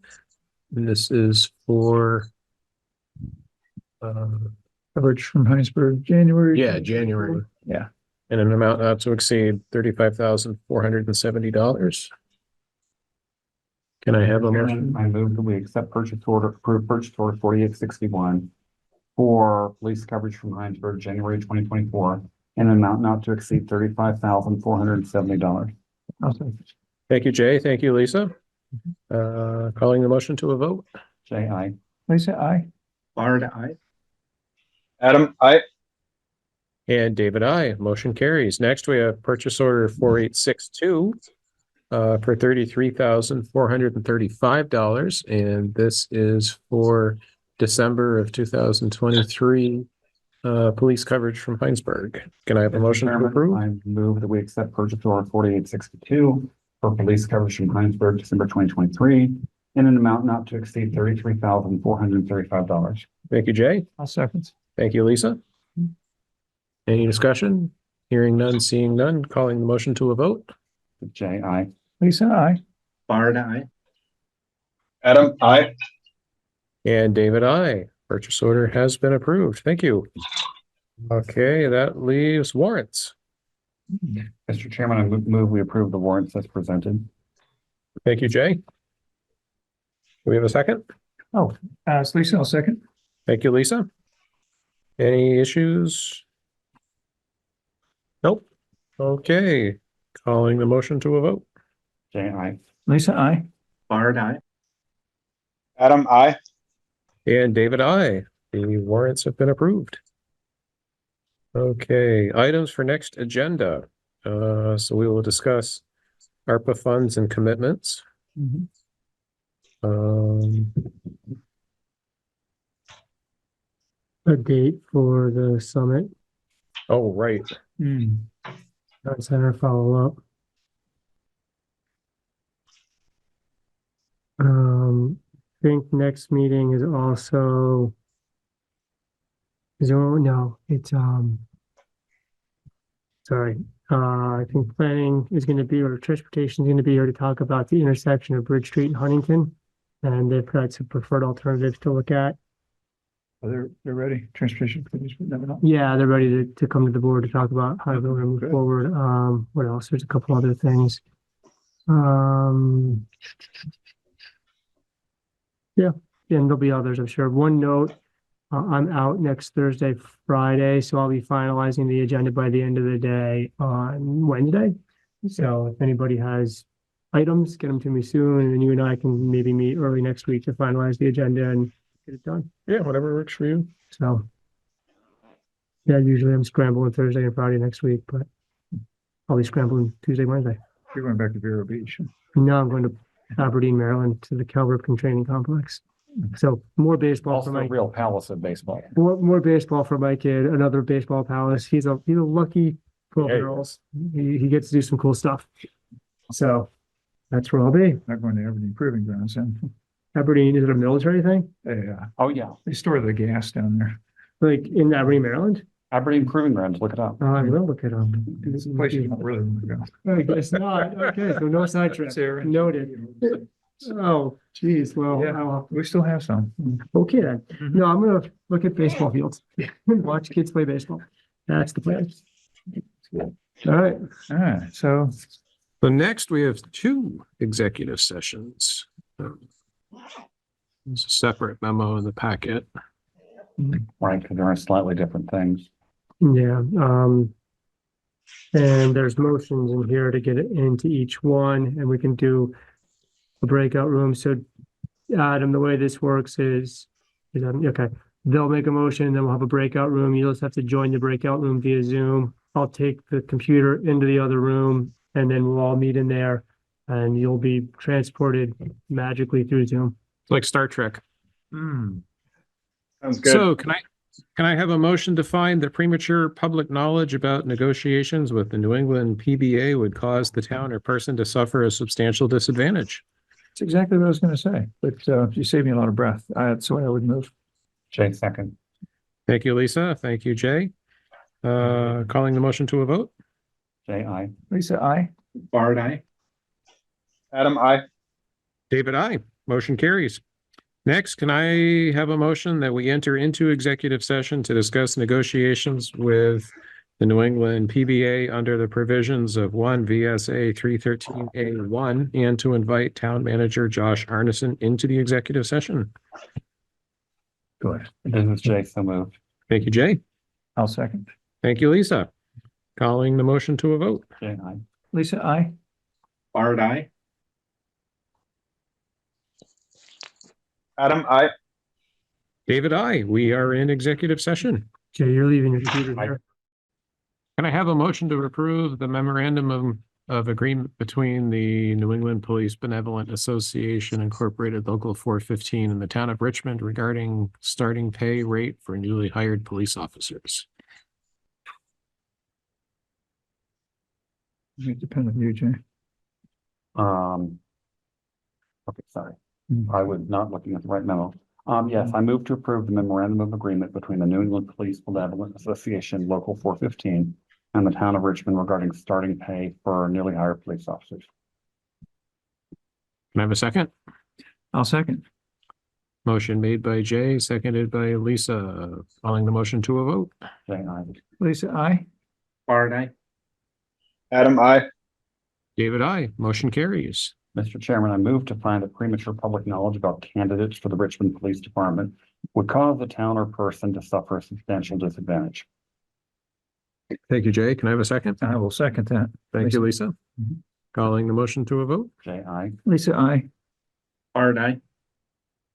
Adam, I. And David, I. Mr. Chairman, I move that we enter into executive session to discuss candidates for the Richmond Police Department under the provisions of 1 VSA 313A4 and to invite Town Manager Josh Arneson into the executive session. Lisa, I'll second. Thank you, Jay. Thank you, Lisa. Calling the motion to a vote.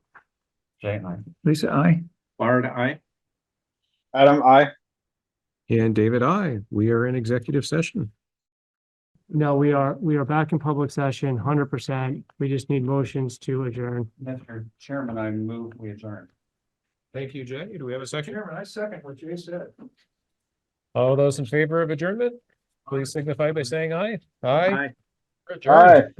Aye. All right, thank you. Thanks. Take care, everybody. Thanks for a great first meeting, everyone. Aye.